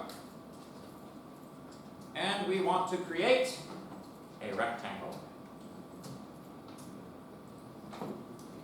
Now that we have our rectangle, we should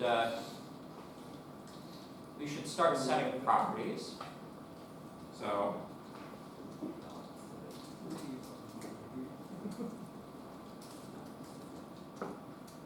set attribute. There we go. So we will need to set a few. We'll need to set 5 attributes, right? We will need to set x and y position, width, height, and color, right? Since this block is intended to be dirt, what color should it be? Brown, yes. If you want to get extra fancy, you could put in a subroutine that checks to see if there is sky in the cell above the current cell and put green there. And if there's nothing above it, which makes it look like grass on top of dirt. But let's just do dirt for now. Set attribute x I'll just lay in the properties x and y, width, height, and fill color. There we go. So fill color should be fairly straightforward. Can you just assign SVG colors? I think you can, right? Brown, hopefully that'll work. Width and height will be 10 pixels as previously determined. If you want to get fancy, you read the width of the SVG, divide it by the number of pixels you're dividing it by, right? But since it's everything's hard-coded, we can just throw a 10 in there. X and Y are a little interesting, as this is dependent on the position that we are in the grid, right? It's not terribly interesting. All you're basically doing is taking the index and you're multiplying it by 10, right, to get the pixel where you are on the screen. But, you know, multiplication is still math. So, x position will be I times 10. 10, there we go. And this will be j times 10. There we go. What do we have to do now? Hey? Shape. Test it. Test it. Well, we don't really have anything to test yet. We have to do one more thing before we're completed. Yes, we have to take the blocks and we have to put them in the SVG. Otherwise, we're just creating them and destroying them. So, in order to do that, though, we need a reference to the canvas, right? Which we don't yet have. Let canvas equal, well, null for now. What can we never do right there?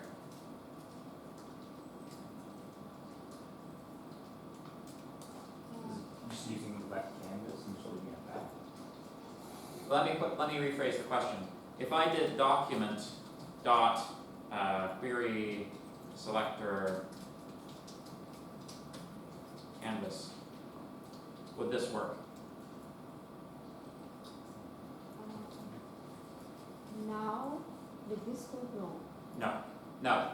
Why? Because The it's, script is loading it doesn't before go the SVG. long. You guys have been educated properly. This is good. Yes. So the JavaScript script does not. This is running before the DOM has been loaded. Because it's running before the DOM is loaded, if we go looking for references to DOM elements, that will fail. Now, there are two ways of getting around this. Well, three ways. One is to put your script at the bottom. That's the bad way.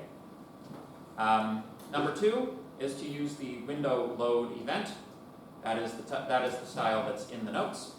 But there's also one other way of doing it, which you go to your HTML and you defer. Setting the defer attribute means that this JavaScript will execute after everything. So you don't have to put the window load event in. Make sense? At least that's how it's supposed to work. We shall see. So I have to go back. Now that we have the canvas, we can canvas.append child bloop. There you go.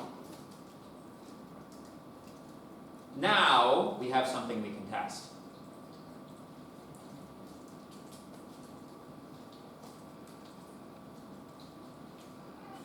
And dun dun dun dun. Init level. There we go. And draw level, uncaught reference error, create element, NS not find. Oh, it's document dot, must be document dot. See, this is why you test things. Document dot create element NS. I believe. There we go. Console. Init level. Draw level. Now, brown is not called brown, apparently. So if we want this to look like dirt, we will have to fix that. But you can see that pretty much all of our blocks are where we expect them to be. So the positioning, the width, and the height, that all works. We just need to fix the color.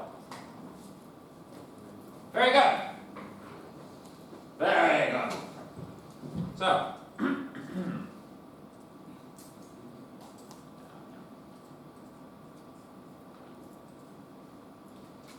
let's see here. How are we setting color? Fill, not fill color. I might be assigning it to the wrong attribute. Reload. Init level, draw level. That's brown.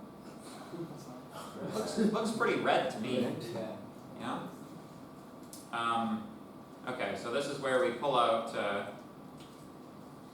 CSS brown colors.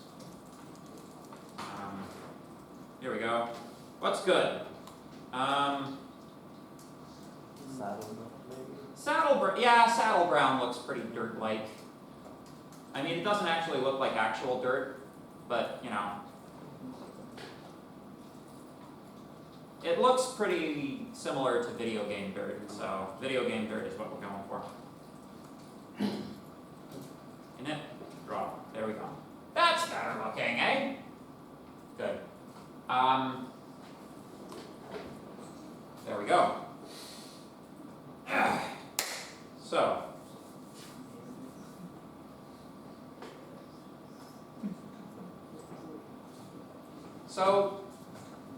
So far, we have a level.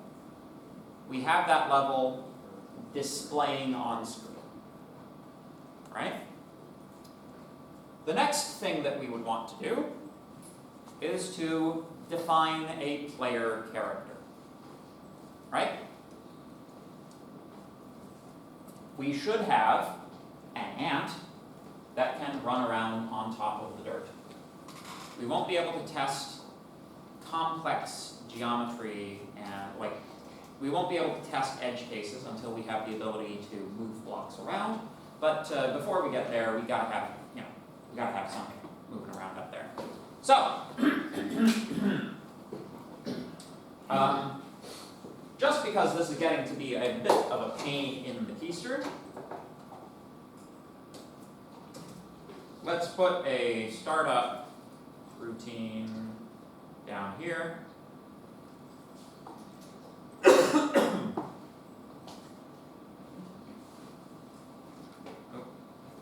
we go. So, variables and constants.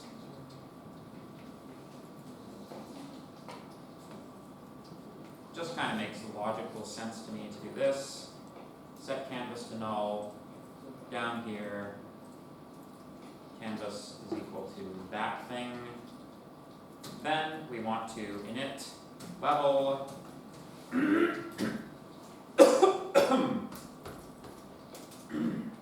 My esophagus is betraying me. Draw. Eventually, we'll do something a little more complicated. This will be triggered on some event like a level change, right?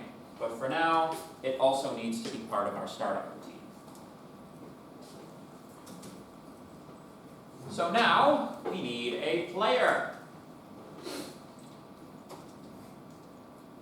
Function init player.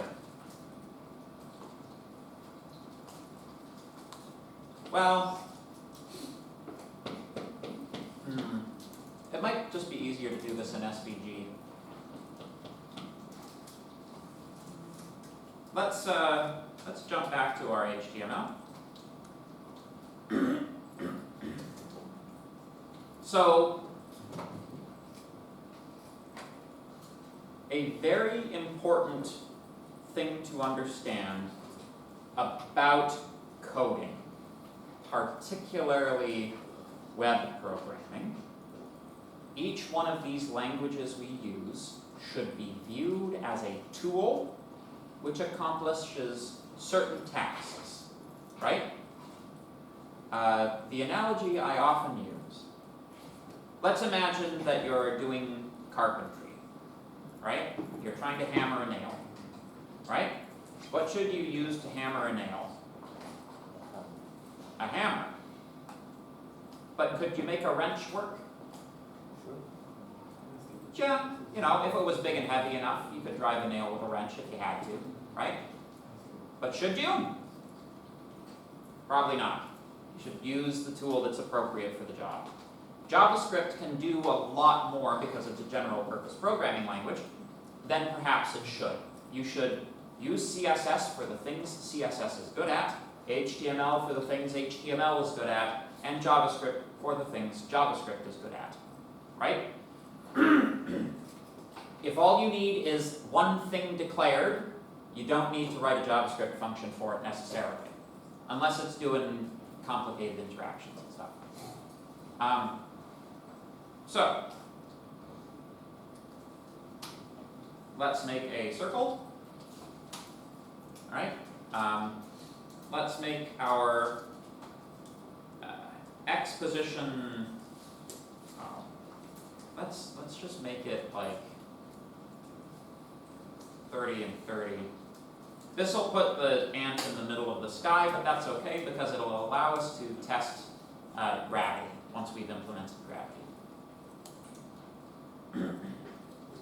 Width, let's say 5, height is equal to 5, and fill, let's make this a red ant. Or I suppose ants are typically red or black. What do you want, a red or a black ant? Red? Okay, red ant it is. And of course, we cannot forget that stupid thing, because SVG is very persnickety about it. Good. Let's see how that works. Oh, it's not showing up.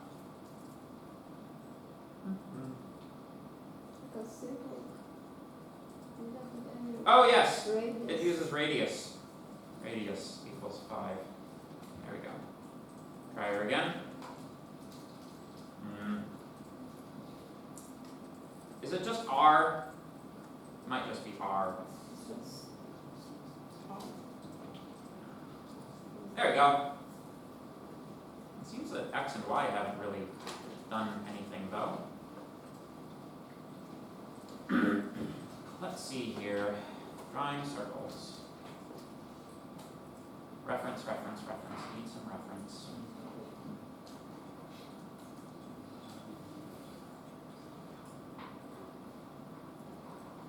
CX and CY. You ever have like one of those moments where you regret your life choices?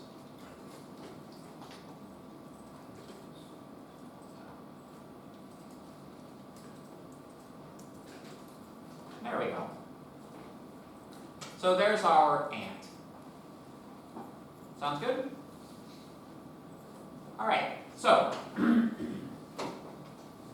the next thing that we need to take care of is, well, we've got a couple of options actually. We could start introducing even just the smallest amount of physics by introducing gravity. Or we could introduce we could do left-right movement. What do you guys want to do? Gravity? All in favor of gravity? Everyone else is floating on the ceiling? Let's do gravity. So, the things are going to start to get a little bit complicated now. So,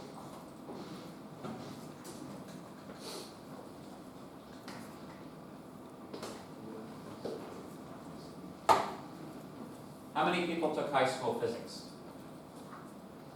Okay, conversely, how many people didn't take high school physics? Alright, so, crash course in physics of motion.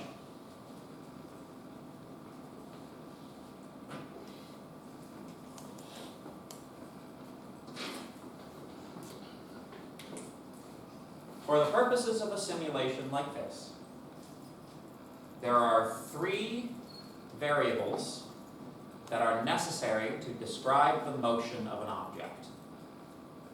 You have position, you have velocity, and you have acceleration.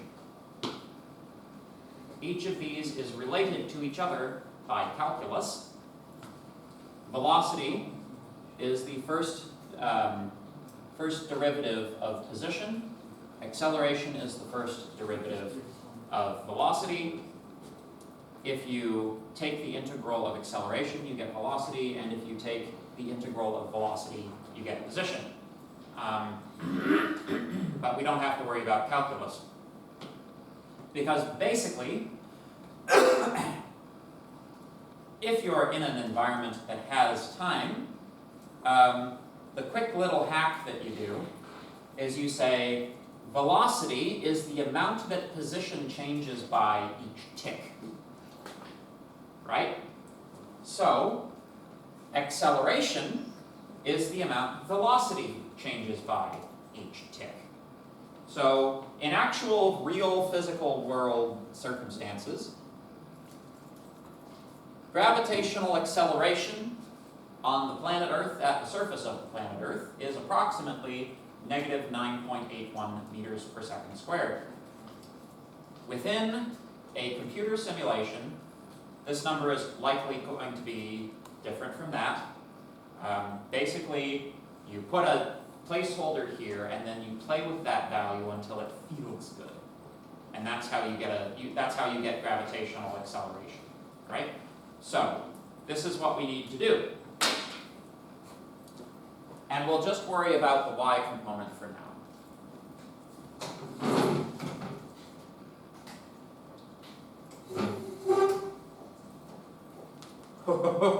Guess what we're going to do, folks? Our player is going to be, dun, dun, dun, an object. That's right. So, objects in JavaScript are awful. They're terrible. JavaScript is a terrible language, and this is one of the reasons. So, you know how in Java you declare a class and all of the stuff that's in the class is declared in the class, and then you create an object from the class, and that's how it works. And that's nice because it means you can do static type checking to make sure you're not misusing the classes, right? You guys know that from Java, right?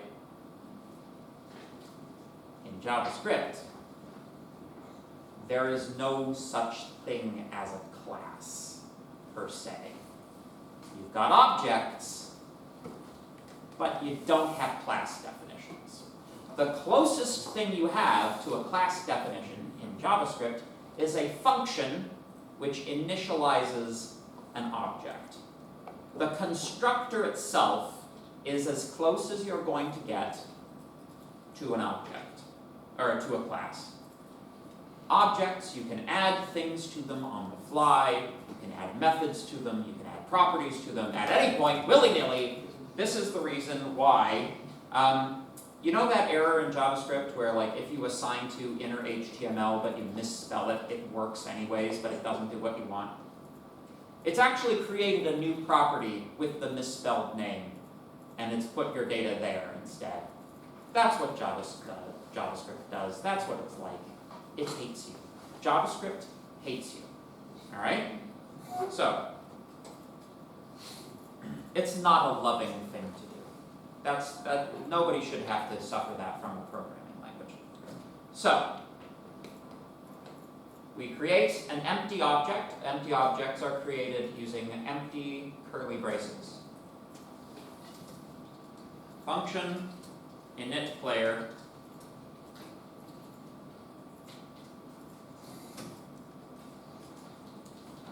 player dot y position is equal to, well, actually that should get set, that's actually like should be technically read from here, but I'll just hard code it. Y position is 30, player dot y velocity is equal to 0, player dot y acceleration, let's give that -3, just as a placeholder value, until we find something that works a little nicer. So this ant will be undergoing constant negative y acceleration. Sound good? So far so good? Okay. Now, function update player.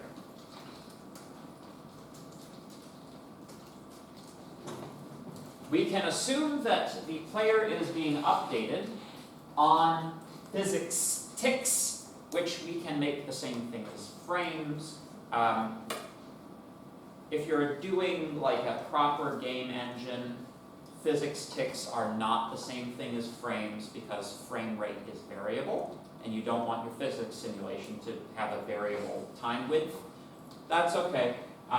Here we can do it because we have the power. So, you remember what I said? Acceleration is the change in velocity, and velocity is the change in position. So, very simple. Player dot y velocity plus equals player dot y acceleration. Ooh, let me just do that.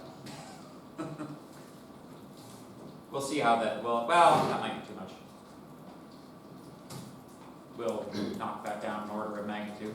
And player dot y position is equal to player dot y, plus equals player dot y velocity. Finally, we must update the player object with these new values. To do that, we will need a reference to the player object.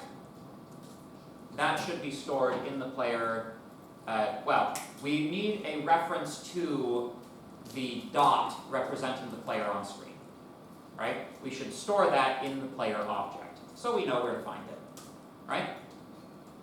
So, player dot,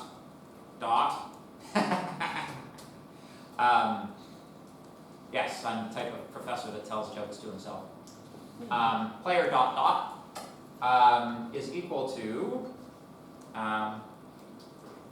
suppose we need to give it an ID or something, right? ID player, there we go. Circle now is ID tag player. Document dot query selector player.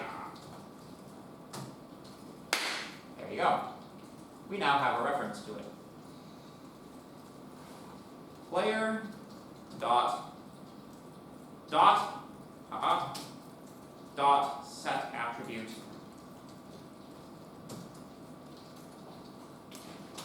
CY is equal to player dot Y position. even this much should be enough to see something moving on screen. Yes? Is there, I can't remember or if Stephen explained it, but is there a difference between the query selector and the get element by ID function? Like, are they interchangeable, or do you have a preference on what we use? They do the same thing. Get element by ID is actually a member of a family of similar methods. You've got get element by ID, get element by class, etc., etc. Query selector, because it uses general CSS queries, does all of that and more, right? So, like, the general direction things are going is that query selector is the one that you should be using, and get element by ID is kind of like,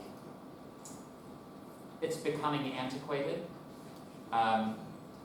I doubt that it will ever be deprecated, because it's you know, a very, very, like, people have been using it for as long as there's been JavaScript, right? So it probably won't ever be deprecated, but this is better practice. It's a lot more flexible and powerful a tool. Good. Etc. attribute y position. So this should be enough to see movement on screen. Oh, except for one thing. We need to update the player periodically, right? So update routine. Let's throw that in. Set interval. Oh man. The number is the second one, if I recall. 16.6. Function. There we go. Update player. There we go. And that should update our player once every 16.6 milliseconds. Sound good? I'll give you guys a moment to copy that down. All the code will be posted, don't worry.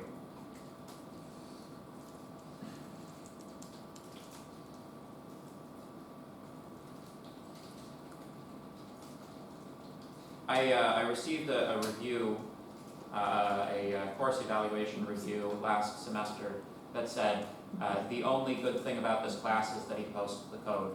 So I'll continue to post the code for you guys. There you go. That's a lot of uncaught referencers. Cannot read property of undefined. So, line 19, you say. Player dot set attribute. Well, this makes sense. We did init the player. Gotta do that. Woo! Did you see that? I think I got gravity reversed. So, what do we do if gravity is reversed? We reverse it back.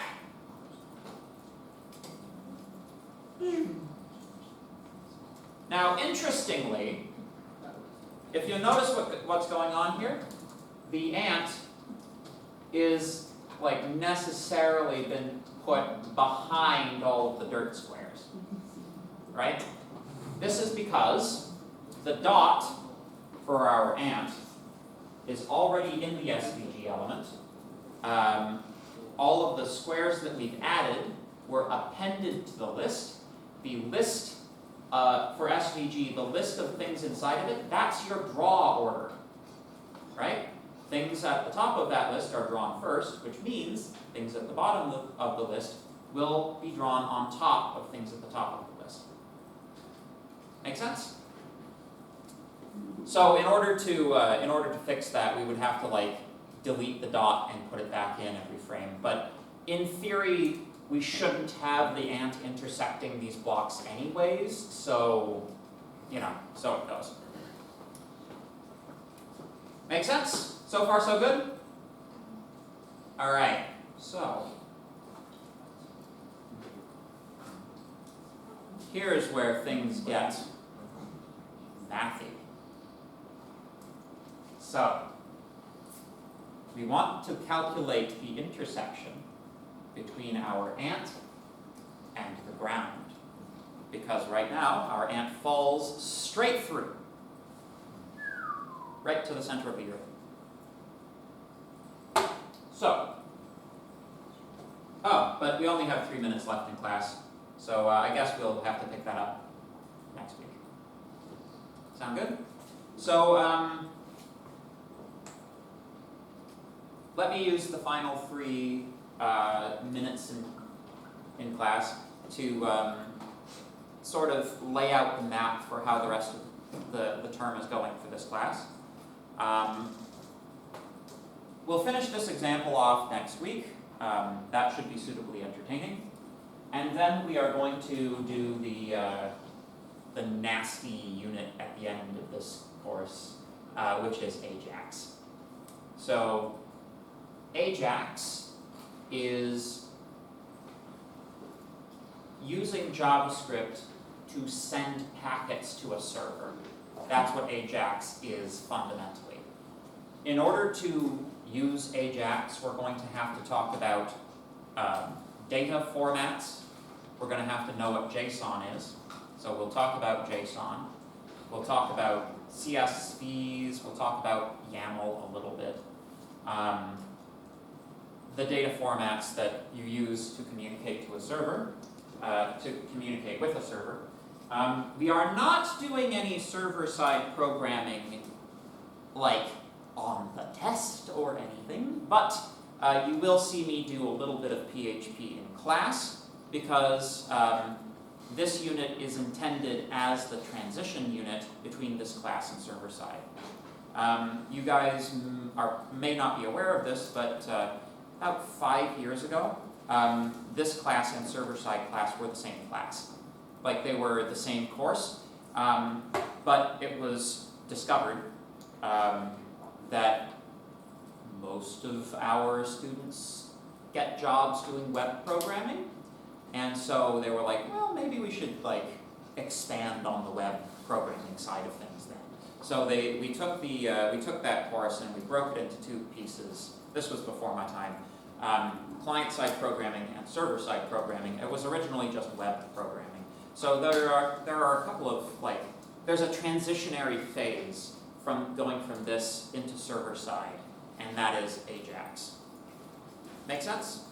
But yeah, we will have to review our basics of network infrastructure in order to do that. But, okay. Thank you very much for your time and attention, folks. We will review we will continue this next week. I shall post the code.